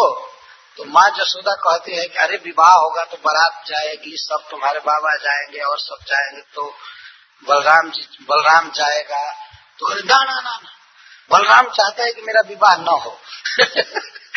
कृष्ण कहते थे बलराम नहीं चाहता है, वही तो हमको चिढ़ाता है, कहता है कि नंद जी गोरे है, जसोदा गोरी है, तुम काले हो, तुम दूसरे के लड़के हो, नंद जसोदा के पुत्र नहीं हो। सब वही तो मुखिया है, सभी बच्चों में हमारी बेइज्जती करता है। सभी लोग हमको कहते हैं कि तुमको नंद बाबा ने खरीद कर लाया है, तुम जसोदा के लड़के नहीं हो, ये नहीं हो, वो नहीं हो। मैं सुनते सुनते माँ क्या कहूँ, मुझे इतना क्रोध हो रहा है बलराम पर। जब मेरा विवाह हो तो उसको बारात की सूचना मत देना, हम रातों रात जाएंगे, 2-3 सखा जाएंगे, विवाह करके आ जाएंगे। अगर विवाह की सूचना बाहर खुल गई तो मेरा विवाह नहीं होगा, क्योंकि तुम जानती हो कि सारे ब्रज के लोग मुझको चोर कह रहे हैं। तो कोई भी अगुआ आएगा अपनी बेटी का विवाह करने तो किसी चोर से थोड़े विवाह करेगा। और माँ सुनो सुनो, एक बात बता रहा हूँ, जो वृषभानु जी हैं बहुत बड़े व्यक्ति हैं, उनके घर की जो राधा है, मैं चाहता हूँ उसी के साथ विवाह हो जाए मेरा। तो माँ जसोदा भी कहती है ठीक है बेटा, सो किसी दिन रातों रात तुम्हारा विवाह करा दूंगी, आज सो जाओ, आज सो जाओ। और सोए सोए में बीच से आधी रात को उठकर कहते हैं माँ कब बारात जाएगी। छोटा बच्चा इस तरह से बोलता रहता है। ये भगवान की लीलाएं। तो माँ कभी उलाहना नहीं देती थी कि तुम क्यों दूसरे के घर में जा रहे हो, क्यों ऐसा कर रहे हो, उलाहना नहीं देती थी। एक दिन उलाहना देने भी चली तो अद्भुत आश्चर्य देखा माँ जसोदा ने। उसी का वर्णन सुखदेव गोस्वामी आगे कर रहे हैं। वो क्या उलाहना था कि एकदा क्रीडमानास्ते रामाद्या गोपदारका कृष्णो मृदम भक्षितवान इति मात्रे निवेदयम। एक दिन श्री बलराम आदि गोप बच्चा बालक आए माँ जसोदा के पास, कृष्ण को पकड़ कर लाए। कृष्ण उस समय माटी खाए थे, ब्रजरज खाए थे, तो वो लोग पकड़ कर लाए माँ जसोदा के पास और कहे कृष्णो मृदम भक्षितवान, माँ कृष्ण माटी खाया है, ये माटी खाने की इसको आदत है, इसके पेट में कीड़े पड़ जाएंगे, ये रोगी हो जाएगा, इसको डांटो मारो, ये माटी खाया है। तेरे लाला ने माटी खाई जसोदा सुन माई, तेरे लाला ने माटी खाई है। बलराम जी भी आकर कह रहे थे, सभी बच्चे कह रहे थे।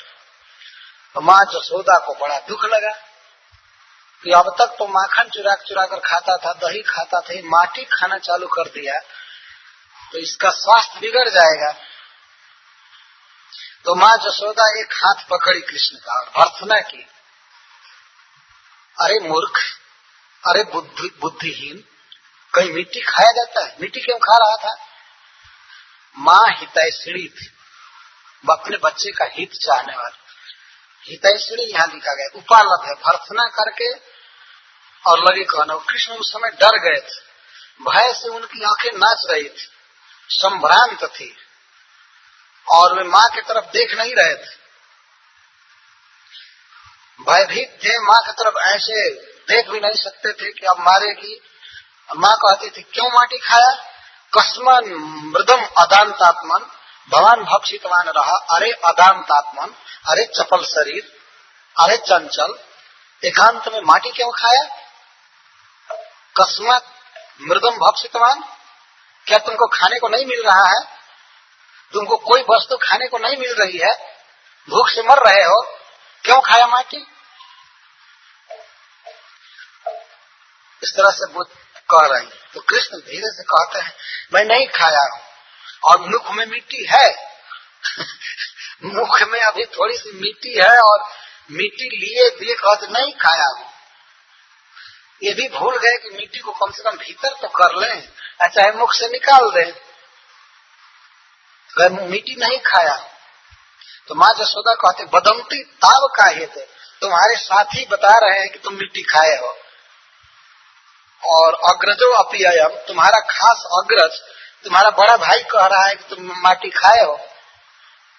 क्यों माटी खाए, तुम माटी खाए हो इसमें तो संदेह नहीं है, जरूर खाए हो। तो श्री कृष्ण कहते हैं नाहम भक्षितवानम बस सर्वे मिथ्या विशंसिना। माँ मैं माटी खाए नहीं हूँ, ये सभी झूठ बोल रहे हैं। सर्वे मिथ्या अभिशंसिना, ये सभी मिथ्या बोल रहे हैं, ये झूठ बोल रहे हैं। अम्ब कह रहे हैं, अपने माँ को अम्मा कहना चाहिए, अम्ब कहना चाहिए। भगवान अपनी माँ को अम्ब कहते हैं। कम से कम हिंदू संस्कृति में पले हुए लोगों को अपने माँ को अम्मा कहना चाहिए। या संसार में किसी भी व्यक्ति को चाहिए को अपने माँ को अम्मा कहे। अम्बा, संस्कृत में अम्बा का अर्थ होता है जो हमको गर्भ में धारण की है और जो हमारा पालन करती है दूध पिला करके, उसको अम्बा कहते हैं। ये एक शब्द का इतना अर्थ हुआ। उसके साथ संबंध टपकता है। यदि अम्बा कहा जाए तो उसके साथ संबंध टपकता है। ये मेरी माँ है, मुझे जन्म दी है। तो भगवान भी शब्द का प्रयोग कर रहे हैं। अम्बे अहम न भक्षितवान, मैं खाया नहीं हूँ। सर्वे मिथ्या विसंसिना, एक नहीं ये सभी झूठ बोल रहे हैं। तुम ही सत्य बोल रहे हो, ये सब झूठ बोल रहे हैं। भीतरी आशय भगवान का यह था कि माँ मैं खाया नहीं हूँ, सब कुछ तो मेरे भीतर ही है, खाने का कोई प्रश्न ही नहीं है। वास्तविक अर्थ ये था, कृष्ण के भीतर ही सब कुछ है, वो खाएंगे क्या। सर्वे मिथ्या विसंसिना, यदि सत्य गिरह, यदि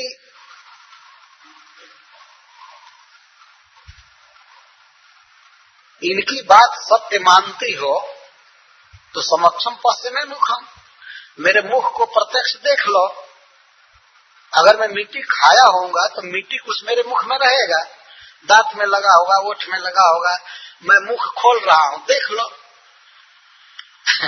अगर इनकी बात को सत्य मानती हो तो मुख खोल करके दिखा रहा हूं, देखो। यदि सत्य गिरा तरही समक्षम पश्य में मुखम, मैं मुखम समक्षम पश्य, प्रत्यक्ष देख लो। और यदि मैं माटी नहीं खाया हूं तो इन सबको पीटो कि आज से झूठ ना बोला करे। वास्तव में कृष्ण ब्रजरज खाए थे।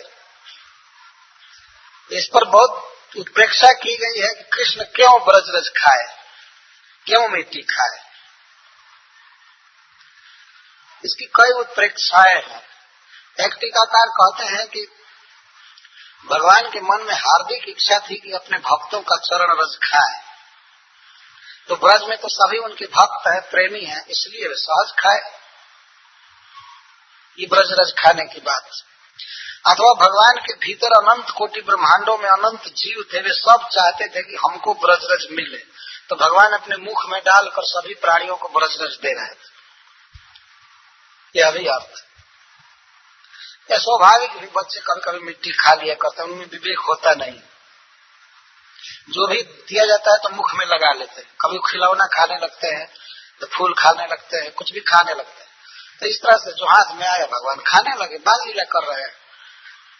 इस तरह की कई उत्प्रेक्षाएं। अथवा जब मुख से झूठ निकल जाए तो झूठ निकलने के बाद कुल्ला करना चाहिए, आदमी को आचमन करना चाहिए। यह संस्कृत में नियम। अगर आप मान लीजिए झूठ बोल दिए तो पानी लेकर मुख धो लेना चाहिए। तो भगवान ने सोचा कि इसमें पानी तो नहीं, लेकिन कम से कम मिट्टी लेकर के और धो लो। इसके पहले भी वो झूठ बोले थे, बहुत झूठ बोले थे कि मैं किसी के घर में नहीं गया, कोई माखन नहीं खाया, ये नहीं किया, वो नहीं किया, तो अपना मुख साफ कर रहे थे, झूठ बोल दिया। इस तरह से वे दिखाए। जदेवम तरही ब्यादेही, माँ जसोदा कहे कि यदि तुम मिट्टी नहीं खाए हो तरही ब्यादेही, अपना मुख बाओ, खोलो मुख। छोटा सा मुख था और माँ जसोदा कहते खोलो मुख, तो ऐसे छोटे बालक को नीचे की तरफ देखकर चलो खोलो। व्यादेही इत्युक्त स भगवान हरि, ऐसा कहने पर 6 ऐश्वर्यों से परिपूर्ण भगवान श्री कृष्ण व्यादत्त अपना मुख खोले, और मुख खोले अव्याहत ऐश्वर्य क्रीड़ा मनुज बालक। वो तो लीला से मनुष्य बालक हैं, वास्तव में तो उनका ऐश्वर्य अव्याहत है, वो दिखाए। तो माँ जसोदा श्री कृष्ण के मुख में पुनः संपूर्ण विश्व को देखने लगी। यहाँ श्री कृष्ण को अव्याहत ऐश्वर्य लिखा गया। ऐश्वर्य का अर्थ होता है कंट्रोलिंग पावर, ईशनम। समस्त वस्तुओं का स्वामी श्री कृष्ण है। किसी भी देश में, किसी भी काल में उनकी ईश्वरता बाधित नहीं है। इस संसार में और भी कई ईश्वर हैं, हम लोग भी ईश्वर हैं।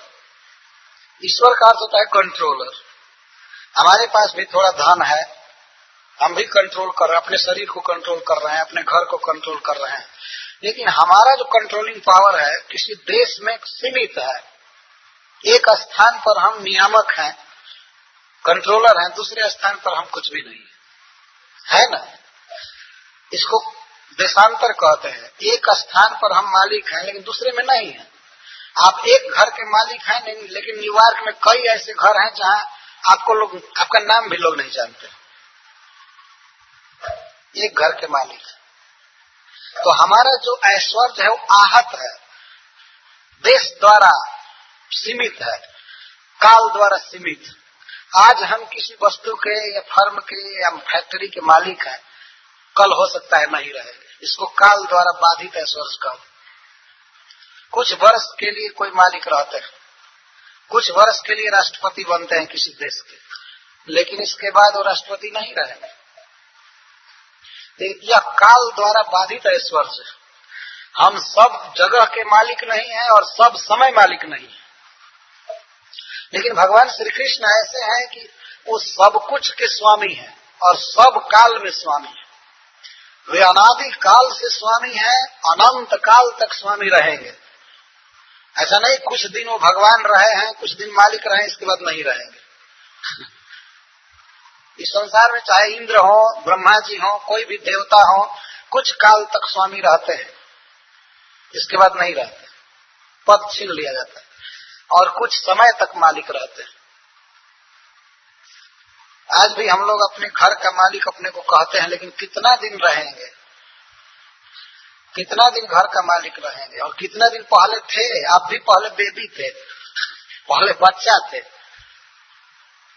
कुछ दिन मालिक हो गए, इसके बाद घर में पड़े रहेंगे बूढ़ा होकर के, अब मालिक नहीं रहेंगे। और घर के लोग प्रतीक्षा करेंगे कि कब मरे। कभी कभी तो लोग बड़े स्नेह की भाषा बोलते हैं बनावटी। हम चाहते हैं कि हमारे पिताजी को बड़ा दुख हो रहा है, राम जी सुन लेते तो अच्छा होता है, मतलब इनको बुला लेते तो अच्छा होता। अरे तुम ये कहो कि तुम्हारा घर गंदा हो रहा है, तुमको भार बना हुआ है, ये क्यों नहीं कहते है ना। इस संसार में तो देखा जाता है, जब तक काम करने की शक्ति है तब तक घर के लोग चाहते हैं, काम करने की शक्ति नहीं रहती है तो सब लोग चाहते हैं कि अभी ना रहे। तो अमेरिका के बूढ़े लोगों की तरह कहीं पिजड़ा पोल में डाल दिया जाए या अनाथालय में डाल दिया जाए, वहीं अपना दिन जीने मरने का। मैं सुना हूं कि इस देश में बूढ़े लोगों को कहीं डाल दिया जाता है और पशु की तरह उनको खिलाना पिलाना देखना होता है। बच्चे प्यार नहीं करते। हमारी वैदिक संस्कृति ये है कि बच्चे देख रेख करते हैं, माता पिता की संभाल करते हैं, बुढ़ापा के दुख में वे सहायता करते हैं, काम आते हैं।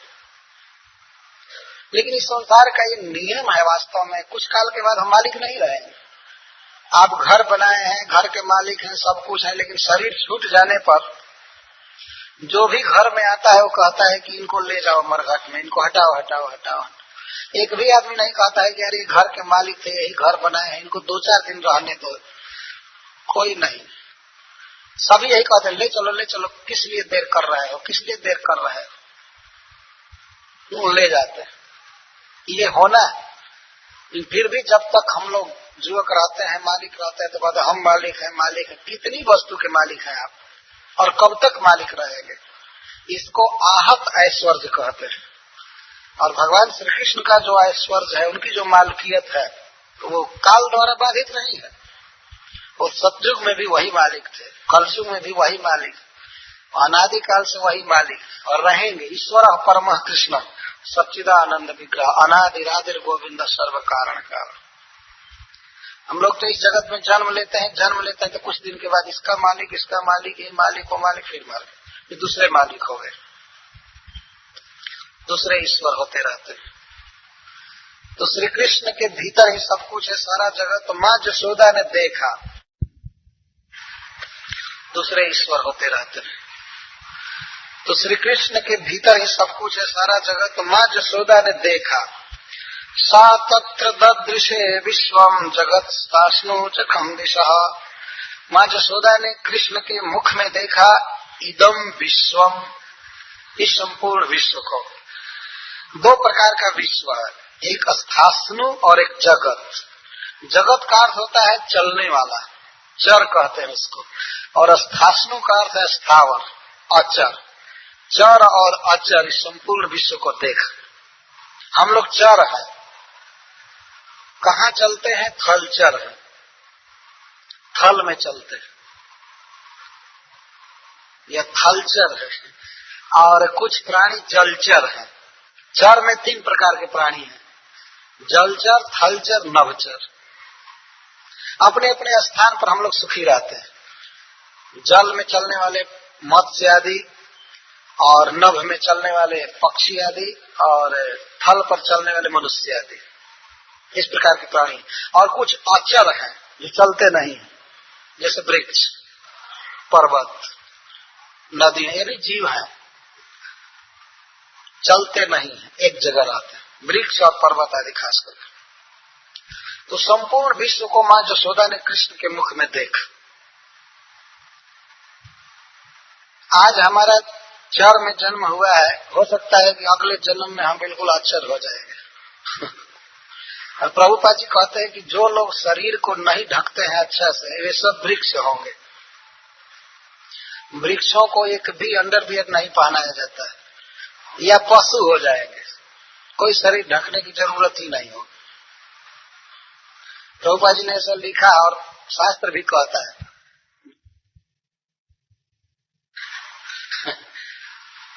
तो चर या चर, हम लोग वास्तव में चर हैं, एक थलचर है। आपने देखा होगा कि आकाश में जब प्लेन पर जाते हैं तो 1 घंटा 1.5 घंटा तो अच्छा लगता है, लेकिन इसके बाद यही मन में होता है कि कब थलचर बनेंगे, कब उतरे।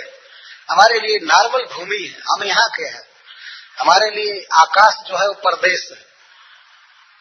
जैसे मछली को बाहर कर दिया जाए जल से तो वो उसकी हालत बिगड़ जाती है, और मनुष्य को जल के भीतर कर दिया जाए तो उसी तरह से आकाश भी हम लोगों के लिए उचित स्थान नहीं।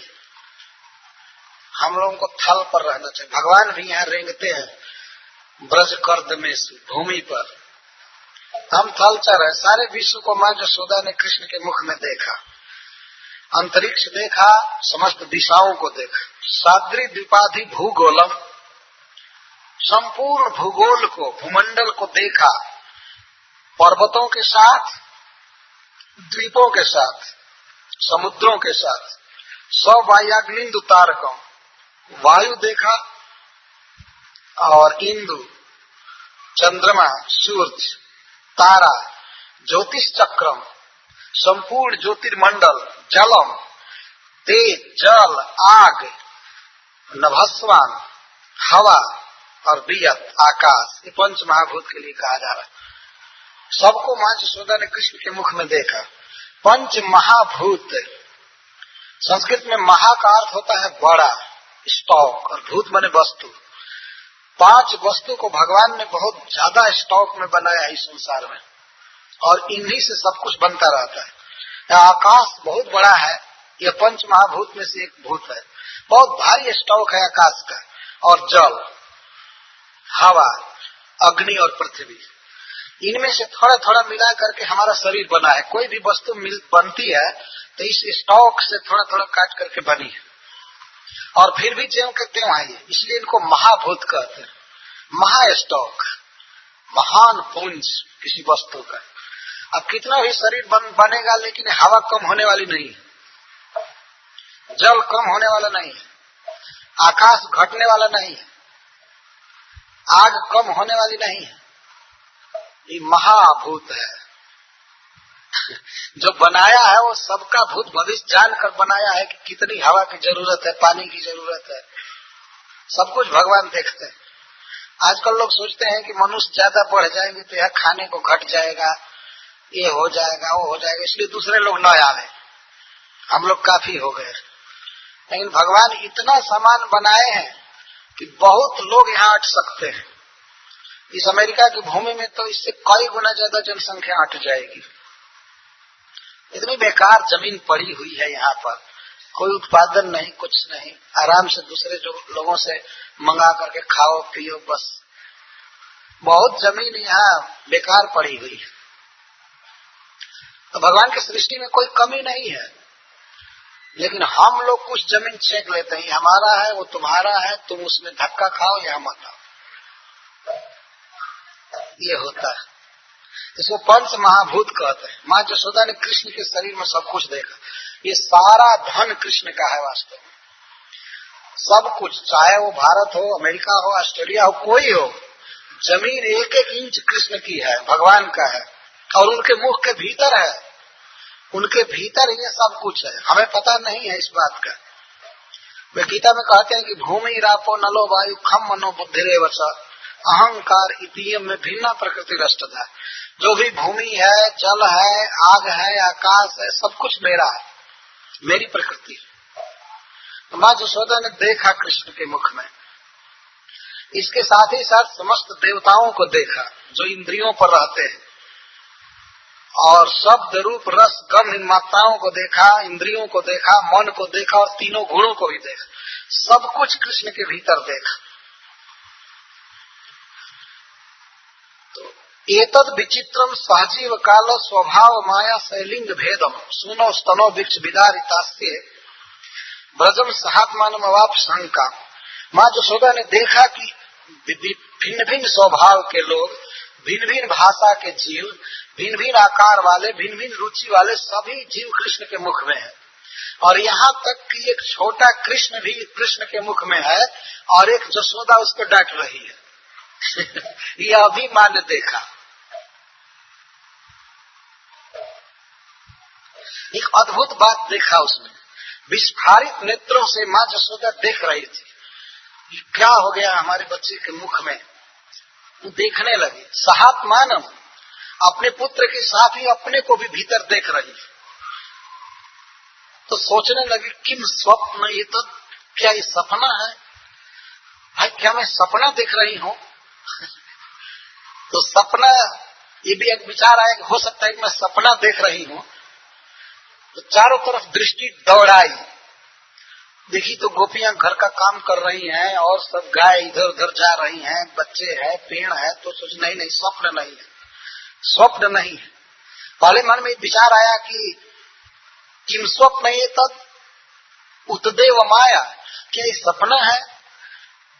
तो चारों तरफ देखी, विचार करके फाइनल पहुंचे कि ना ये सपना नहीं है, सपना नहीं देख रहे, ये जागृत की बात।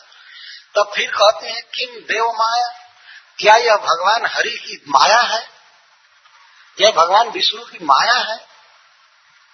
तो फिर देख रही कि अगर माया होती तो सब लोग ऐसा देखते, मैं ही क्यों अकेले देखूंगी, है ना? अगर माया है तो सब लोग ऐसा देखते, तो सब लोग तो अपने अपने काम में लगे हुए हैं, और मैं मुग्ध हूँ, मैं विस्मित हूँ, केवल मैं देख रही हूँ, इसलिए माया नहीं है।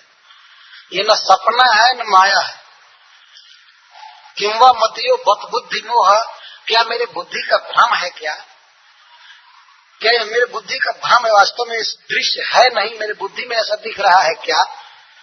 जैसे कोई आदमी अपने को दर्पण में दिखता है, क्या ऐसे मैं देख तो नहीं रही हूँ, मेरे बुद्धि का भ्रम तो नहीं है? तो फिर वे कहते हैं नहीं, अगर दर्पण जैसा दिखाई देता तो कृष्ण खुद इसके मुख में क्यों दिखाई दे रहा है ना? अगर दर्पण में हम कुछ देखते हैं तो दर्पण का पिछला भाग तो उसमें दिखाई देगा नहीं। तो ये भ्रम भी नहीं है, ये कुछ फैक्ट है, ये कुछ तथ्य है। माँ यशोदा समझने लगी। तो अंत में फाइनल इसी पर पहुंचे। अथो अमुष्य ममा भक्स्य यह कष्ट न प्रतिकात्म योगा, कहीं यह मेरे पुत्र का ही ऐश्वर्य तो नहीं है, कहीं इसी का प्रभाव तो नहीं है। अंत में यही पक्ष विजयी हुआ, और माँ यशोदा के मन में थोड़े देर के लिए विश्वास हो गया कि ये भगवान है, ये तो ईश्वर है, ये भगवान है। और पछताने लगे कि हाय हाय, मैं तो इसको डांट रही थी, मैं तो इसको मारने की धमकी दे रही थी, और मैं सोचती थी मेरा बेटा है, हाय रे, ये मेरे मन में अज्ञान कहाँ से आ गया। जो सबसे बड़ा ज्ञान था उसको अज्ञान मानने लगे। भगवान के प्रति सहज स्नेह होना यही परम फल है, यही परम लाभ है। लेकिन माँ यशोदा सोच रही हैं, अथो जथावन वितर्क गोचरम चेतो मनः कर्म बचो विरंजसा जदाश्रयम जनजत प्रतीयते सुदूर विभाव्यम प्रतस्म तत्पदम। जिनकी शक्ति से मुझे ऐसा अज्ञान हो रहा है, मैं इस कृष्ण को अपना पुत्र मान रही हूँ, मन से, वाणी से, वचन से इसकी महिमा को जानना अशक्य है। यह जगत इसके भीतर है, यही जगत का निर्माता है, इस जगत की रक्षा करता है, पालन करता है, पोषण करता है। लेकिन मैं कितना अज्ञान में थी, मैं मानती थी अहम ममासो पतिरेव में सुतो, मैं जसोदा हूँ, ये मेरा पुत्र है, नंद महाराज मेरे पति हैं और मैं नंद महाराज के धन की रक्षा करने वाली हूँ, धन की स्वामिनी हूँ और ब्रज के गोप गोपी उनके घर गोधन सब कुछ मेरे हैं। इस प्रकार का अज्ञान जिनकी माया से उत्पन्न हुआ है वही प्रभु मेरी गति हूँ। कृष्ण के प्रति ईश्वर बुद्धि हो गई। ब्रज के लोगों में कभी कभी ऐश्वर्य उदित होता है लेकिन देर तक नहीं ठहर पाता है। तो माँ जसोदा इस प्रकार से कह रही हैं कि अहम ममासो पतिरेश में सुतो ब्रजेश्वरस्या खिलबित तपासती गोप्यश्च गोपाश्च सहगो धना में जन्मा येथम कुमति समय गति। ये भगवान की माया से उत्पन्न होती है मति। यह मैं हूँ, ये मेरा पति है, ये मेरा पुत्र है, मैं इस घर की स्वामिनी हूँ, ये गोप और गोपी मेरे हैं, मेरे सेवक। यह कुमति है, कुत्सित मति। माँ जसोदा के लिए कुत्सित मति नहीं है, यह तो दिव्य राज की बात है, लेकिन वास्तव में हम लोगों के लिए यह कुमति है। हम मानते हैं कि मैं यह देह हूँ और इस देह से उत्पन्न बच्चा मेरा है, पति मेरा है, घर मेरा है, ये है वो है, ये माया से उत्पन्न है, ये कुमति। तो माँ जसोदा इस तरह से सोचने लगी कि हाय हाय मैं इस कुमति में पड़ी हुई हूँ। तो इत्थम विदित तत्वायाम गोपिकायाम सईश्वरा वैष्णवी व्यतनोदमायाम पुत्र स्नेहमयी विभो। इस प्रकार माँ जसोदा को इस तत्व का ज्ञान हो गया तो भगवान श्री कृष्ण को अच्छा नहीं लगा, तो वे अपनी पुत्र स्नेहमयी माया योग माया का विस्तार किए माँ जसोदा के ऊपर। दो तरह की माया जैसे मैं बताया था, एक भगवान के भक्तों को मोह में डालने वाली माया, उसको योग माया कहते हैं, स्वरूप शक्ति, वो वास्तव में माया नहीं है। और एक सामान्य जीवों को मोह में डालने वाली माया है, वो भगवान की बहिरंगा माया है। तो पुत्र स्नेहमयी योग माया का विस्तार किए तो सद्यो नष्ट स्मृति गोपी, तो जसोदा का वह स्मरण नष्ट हो गया, जो उससे ज्ञान हुआ था वो नष्ट हो गया। तो ज्ञान नष्ट हो गया तो पुत्र स्नेह उमड़ गया हृदय में, तो सारूप्या रोहमात्मजम, अपने पुत्र को तुरंत गोद में ले ली। जो मिट्टी खाने के कारण उसको डांट रही थी तो कृष्ण को गोद में ले ली और गोद में ले करके प्रवृद्ध स्नेह करेला हृदय सिद्धता पूरा, हृदय में पूरा माने पहले की तरह ही पुनः स्नेह की बाढ़ आ गई, स्नेह उमड़ आया बच्चे के प्रति और फिर दूध पिलाने लगे। हमारे गौड़ीय संप्रदाय में इस सिद्धांत को बहुत अच्छी तरह से व्यक्त किया गया है। द्वारका के परिकरों में ऐश्वर्य भाव आता है तो बहुत देर तक रह जाता है। जैसे अर्जुन ने जब विराट रूप देखा तो थर-थर कांपने लगे, भगवान से क्षमा मांगने लगे कि मैं आपको अपना मित्र कहा, आपको जदुनंदन कहा, सखा कहा, आपके साथ बैठा, खाया, उठा, फिरा, हमको माफ कर दीजिए। ऐसा वो कहते हैं, हमको क्षमा कर दीजिए, मैं बहुत गलती किया हूँ कि आपको मित्र कहा हूँ, ये कहा। लेकिन ब्रज के परिकरों में जो माधुर्य भाव होता है इतना गाढ़ होता है कि ऐश्वर्य आने पर भी अपना प्रभाव बहुत देर तक नहीं रख पाता है, वो तुरंत तिरोहित हो जाता है। माँ जसोदा विराट रूप को देखी, विश्व रूप देखी, लेकिन थोड़े काल के लिए आया, उसको बुद्धि का भ्रम कह रही, जो सपना कह रही, और अंत में ये मानी कह रही कुछ नहीं था, हमारा बेटा तो हमारा बेटा है। हृदय में स्नेह की बाढ़ आ गई। ये द्वारका के परिकर लोग तो भगवान का ऐश्वर्य देखते हैं तो कांपने लगते हैं। रुक्मिणी को विश्वास हो गया कि कृष्ण हमको छोड़ देंगे, उनकी बनावटी भाषा को भी वो नहीं समझ पाई, अर्जुन नहीं समझ पाए, वो थर-थर कांपने लगे उतने बड़े वीर होकर। लेकिन कृष्ण कितना भी ऐश्वर्य प्रकट करते थे ब्रज में, तो ब्रज के परिकरों में उनके प्रति भगवत्ता का भाव कभी नहीं होता था। आगे कल कथा होगी कि कृष्ण को उखल में बांध दी माँ जसोदा। तो उखल में बांध दी तो कोई नहीं खोल रहा था, जबकि वृक्ष गिर गए, बहुत खतरा हुआ, बच गया बच्चा, फिर भी बच्चा उखल में बंधा था, किसी की हिम्मत नहीं हो रही थी खोलने की। तो बलराम जी आए। बलराम जी आए तो लगे पूछने, कौन बांधा है, कौन बांधा है?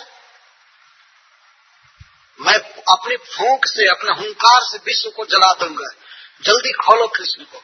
और स्वयं नहीं खोल रहे थे। किसी ने कहा कि माँ जसोदा ने बांधा है, तो माँ जसोदा के पास आकर पोज बनाने लगे, खोलो नहीं तो मैं नष्ट कर दूंगा सारे ब्रज को। तुमको पता नहीं है कि ये भगवान है, और मैं शेष नाग हूं, मैं संकर्षण हूं, जला दूंगा सारे ब्रज को, विश्व को। खोलो कृष्ण को, खोलो। तो माँ जसोदा कुछ नहीं कह रही थी, खोल नहीं रही थी। फिर बलराम जी कहते, तुमको पता नहीं है, यही कृष्ण नरसिंह भगवान बने थे, यही नरसिंह अवतार लिए, यही मत्स्य अवतार लिए, यही भगवान राम बने, यही यह किए, पृथ्वी का उद्धार किए, हिरण्यकश्यप को मारे, और मैं संकर्षण हूँ, मैं शेष हूँ, मेरे हुंकार से, फूंक से विश्व जल कर राख हो जाता है। जल्दी खोलो नहीं तो मैं सर्वनाश कर दूंगा। सभी अवतार कृष्ण के होते हैं, मैं भी अवतार हूँ, ये अवतार।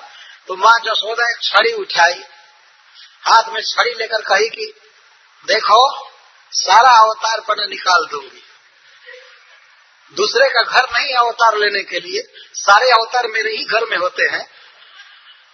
और जब छड़ी उठाई तो बलराम जी भाग गए। अवतार है, अवतार है, सारा अवतार निकाल दूंगी यहाँ पर। तो कितना भी पोज बनावे, भगवत्ता दिखावे, लेकिन वहाँ माधुर्य विजयी होता है, ऐश्वर्य नहीं। इस तरह की लीलाएं। कृष्ण खेल में जब हार जाते थे, एक बार वो खेल कर रहे थे, खेल में हारने वाला घोड़ा बनता था और जीतने वाला सवारी करता था। एक निश्चित डेस्टिनेशन तक, लक्ष्य तक जाना होता था। बच्चे उतना चढ़ लेते हैं, उसी में उनको राज्य प्राप्ति जैसा सुख मिलता है। तो श्री राम जीत गए। पहले तो कृष्ण जीत रहे थे, तो ये चढ़ रहे थे, और कृष्ण हार गए, श्री राम जीत गए, राधा रानी के भाई जीत गए। तब कृष्ण को कहा घोड़ा बनो, तो कृष्ण कहते नहीं बनूंगा। क्यों नहीं बनोगे? तो कृष्ण कहते इसलिए कि मैं राजा का लड़का, मैं राजा का पुत्र, मैं घोड़ा नहीं बनूंगा। तो और सब बच्चे कहते हैं राजा अपने घर के हो, खेलने में कोई राजा नहीं होता है। तुम्हारे बाबा के पास 9 लाख कौए हैं तो अपने घर में रखो। खेल कूद में, स्पोर्ट्स में सभी बराबर होते हैं। घोड़ा बनोगे कि नहीं? और नहीं बनोगे तो आज से तुमको खेल में शामिल नहीं किया जाएगा। तो श्री कृष्ण कहते हैं तुमको पता नहीं है, मैं भगवान हूँ, मैं भगवान हूँ। ब्रह्मा शिव सब मेरे दास हैं, गंगा दुर्गा सब मेरी दासी है, और मुझे घोड़ा बना रहे हो। तो वो कहता है बात मत बनाओ, भगवान हो भगवान, भगवान अपने घर में रहना है। या चलो घोड़ा बनो। कृष्ण कहे नहीं बनूंगा। तो लोग कहे निकल जाओ, हमारे खेल से, हमारी मंडली से बाहर हो जाओ, चलो निकलो। तो कृष्ण जाकर बैठ जाते हैं, दूर निकाल दिया जाता है उनको, और जाकर बैठ करके रोने लगे। तो बच्चे पूछते हैं अब घोड़ा बनोगे? तो कृष्ण कहते हैं हाँ। चलो घोड़ा बनो। अंत में वो घोड़ा बने, ढोए, तब उनको अपने दल में रखा गया। कुछ भी कहते हैं कि मैं भगवान हूँ, मैं ये हूँ, चाहे आप दवानल पी जाओ, चाहे गिरवर धारण करो, चाहे कुछ भी करो, कालिए के फाड़ पर नृत्य करो, लेकिन वही नंदलाला हो, बस, और कुछ नहीं। और जगह तुम भगवान हो सकते हो, और जगह ईश्वर हो सकते हो, लेकिन यहाँ तो नंदलाल के अलावा और कुछ नहीं। ये है ऐश्वर्य, ये है ब्रज भाव। माँ जसोदा को इतना नाटक दिखा रहे हैं, लेकिन फिर उठाकर गोद में दूध पिलाने लगे। और वही भाव, जैसे पहले स्नेह था हृदय में, वही भाव हो गया। तो इस कथा को सुनकर सुखदेव गोस्वामी महाराज परीक्षित को बड़ा आश्चर्य हुआ कि नंद महाराज और जसोदा ने कौन सा ऐसा पुण्य किया था कि ये सुख उनको मिल रहा है। जो सुख है श्री कृष्ण के खास अपने पिता और माँ को नहीं मिला? ये प्रश्न कर रहे हैं। वसुदेव जी के द्वारा जन्म हुआ माता देवकी के गर्भ से भगवान का, लेकिन माँ देवकी का दूध नहीं पिए भगवान, वो बाल लीला का आनंद नहीं ले पाई, कृष्ण को गोद में रखने का सुख नहीं पा पाई माँ। नंद महाराज कौन सा पुण्य किए थे, जसोदा कौन पुण्य की थी, इस पर प्रश्न करते हैं राजोवाचा। नंद किम करोद ब्रह्मन् श्रेय एवं महोदयम् यशोदा च महाभागा पपौ जस्यास्तनम हरि। कि हे ब्रह्मन, हे वेद शास्त्र जानने वाले, नंद महाराज ने कौन सा पुण्य किया था और जसोदा महाभाग्यवती जसोदा ने कौन सा पुण्य किया था, तप किया था जिसके स्तन को भगवान हरि पिए। बिल्कुल सिंपल प्रश्न है। पितरो नानो बिंदुताम कृष्णोदारार्भ के हितम। कृष्ण के स्वयं माता पिता देवकी वसुदेव भी कृष्ण की उस आनंदमयी बाल लीला का सुख नहीं पा पाए। नंद महाराज का जस और जसोदा का जस तो आज भी कवि लोग गाते हैं, विद्वान लोग ब्रह्मा आदि गाते हैं, भगवान की भक्ति का जस गाते हैं। तो कौन सा पुण्य किए थे, कृपया सुनाइए। तो सुखदेव गोस्वामी कहते हैं, सुनो, द्रोण नाम की एक वसु है, 8 वसुओं में से सबसे प्रधान वसु। वसु देवताओं की एक जाति होती है, 8 वसु हैं। तो उनमें द्रोण नाम के वसुओं में सबसे श्रेष्ठ हैं और धरा नाम की उनकी पत्नी थी। तो ब्रह्मा जी ने एक बार आदेश दिया द्रोण को और धरा को कि तुम लोग पृथ्वी पर जा करके और गोपालन का आदर्श दिखाओ, गाय का पालन करो, गाय की रक्षा करो। वे देवता थे, लेकिन उन्होंने कहा, ब्रह्मा जी ने आज्ञा दी तुम जाओ और गोपालन करके दिखाओ, सिखाओ दुनिया को। तो ब्रह्मा जी के आदेश को स्वीकार कर लिए। गाय का पालन करना एक छोटा काम माना जाता है। छोटा काम मतलब सामाजिक दृष्टि से, पुण्य की दृष्टि से तो सबसे बड़ा काम है, बहुत बड़ा पवित्र काम। भगवान भी आए गाय का पालन करने के लिए, गाय की रक्षा करने के लिए। और आपने देखा गाय का पूंछ पकड़कर, बछड़ों का पूंछ पकड़ करके पीछे पीछे घूमते थे। आजकल खेद है कि बच्चों को कुकुर का पूंछ मिल सकता है, लेकिन गाय का पूंछ नहीं मिले। भगवान भी यहाँ बछड़ों की पूंछ पकड़ करके इधर उधर जाते थे। ये घर घर में बनावटी कुत्ता रखे, तो बनावटी रखना है तो भी हाथी घोड़ा पक्षी रखना चाहिए तो कुकुर रखे, घर में कुत्ता बिल्ली यही सब रखे। क्या कॉन्शियसनेस हो गया लोगों का पता नहीं। इस तरह नहीं। एक दिन मैं एक कार में बैठा था, कहाँ पर, नैरोबी की बात। मैं ऐसे कार में बैठा तो एक बनावटी कुत्ता रखा हुआ था पीछे कार में। ऐसी कार थी, बनावटी में तो एक मखमल आदि का बना हुआ कुत्ता जैसे आप देखते हैं स्टोर से लाते, तो बैठाया गया था इस तरह से। तो मैं कार में जब ही बैठा तो फिर मैं निकल गया, बाहर हो गया। मुझे ये भ्रम हो गया कि ये कुत्ता कहीं मेरे पीठ पर न आ जाए, चाटने न लगे। ये तो मैं जानता था काटेगा नहीं, लेकिन कल जब चाटने न लगे तो मैं निकल गया। तो जो स्वामी थे कार के, वे ले जा रहे थे अपने घर मुझे। वे कहे, क्यों निकल है महाराज? तो मैं कहा कि अरे कुत्ता पीछे रखे हैं, वो चाट लेगा। तो कहा वो तो बनावटी कुत्ता है। तो मैं कहा तो फिर कुत्ता क्यों रखे हैं भीतर? आप कुत्ता क्यों रखे हैं? तो हाथी रखते, घोड़ा रखते, गाय रखते। तो उसी समय वो निकाल कर फेंक दिए, उसे रोड पर फेंक दिए।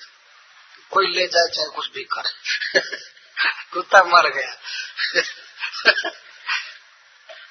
इस तरह से सीखने की बात। ब्रह्मा जी ने आदेश दिया कि जाओ गाय का पालन करो, और जब द्रोण और धरा ने स्वीकार कर लिया ब्रह्मा जी की बात को, तो ब्रह्मा जी इतने प्रसन्न हुए कि उन्होंने कहा कि बेटा वर मांगो। तो वर मांगने को कहे तो ये द्रोण नाम के वसु यही वर मांगे कि हम लोग जा रहे हैं पृथ्वी पर, गोप बनेंगे, लेकिन आप ऐसा आशीर्वाद दीजिए कि भगवान हमारा पुत्र बने। आप आशीर्वाद दीजिए। और उनमें हमारा परम प्रेम हो, उनके अतिरिक्त और हम कुछ भी ना जाने, और पुत्र भाव से प्रेम हो, भगवत भाव से नहीं। तो ब्रह्मा जी ने कहा तथास्तु। आज्ञा पालन से ब्रह्मा जी प्रसन्न हो गए। वास्तव में भगवान की प्राप्ति बड़े लोगों के आशीर्वाद से होती है, किसी साधन से नहीं होती। महान पुरुष यदि आशीर्वाद दे दे तो आशीर्वाद से बड़ा बड़ा काम होता है। तो वही द्रोण नंद महाराज बने, गोप बने, और धरा बनी जसोदा। तो ब्रह्मा जी का आदेश, ब्रह्मा जी का आशीर्वाद सत्य हो गया, और ब्रह्मा जी का आशीर्वाद सत्य करने के लिए भगवान पुत्र बने। यह कथा वास्तव में नंद और जसोदा तो भगवान के नित्य परिकर हैं, गोलोक से आते हैं। लेकिन इस लोक में कोई व्यक्ति पुत्र भाव से भगवान की आराधना करता है तो भगवान के नित्य परिकरों में वो आता है। नित्य नंद के भीतर द्रोण आए और नित्य जसोदा के भीतर धरा जी आई। इस तरह वे वात्सल्य भाव का स्वादन किए। तो अपने माता पिता को और ब्रजवासियों को इस प्रकार श्री कृष्ण आनंदित किए अपनी लीला द्वारा। ये भगवान की बाल लीला है।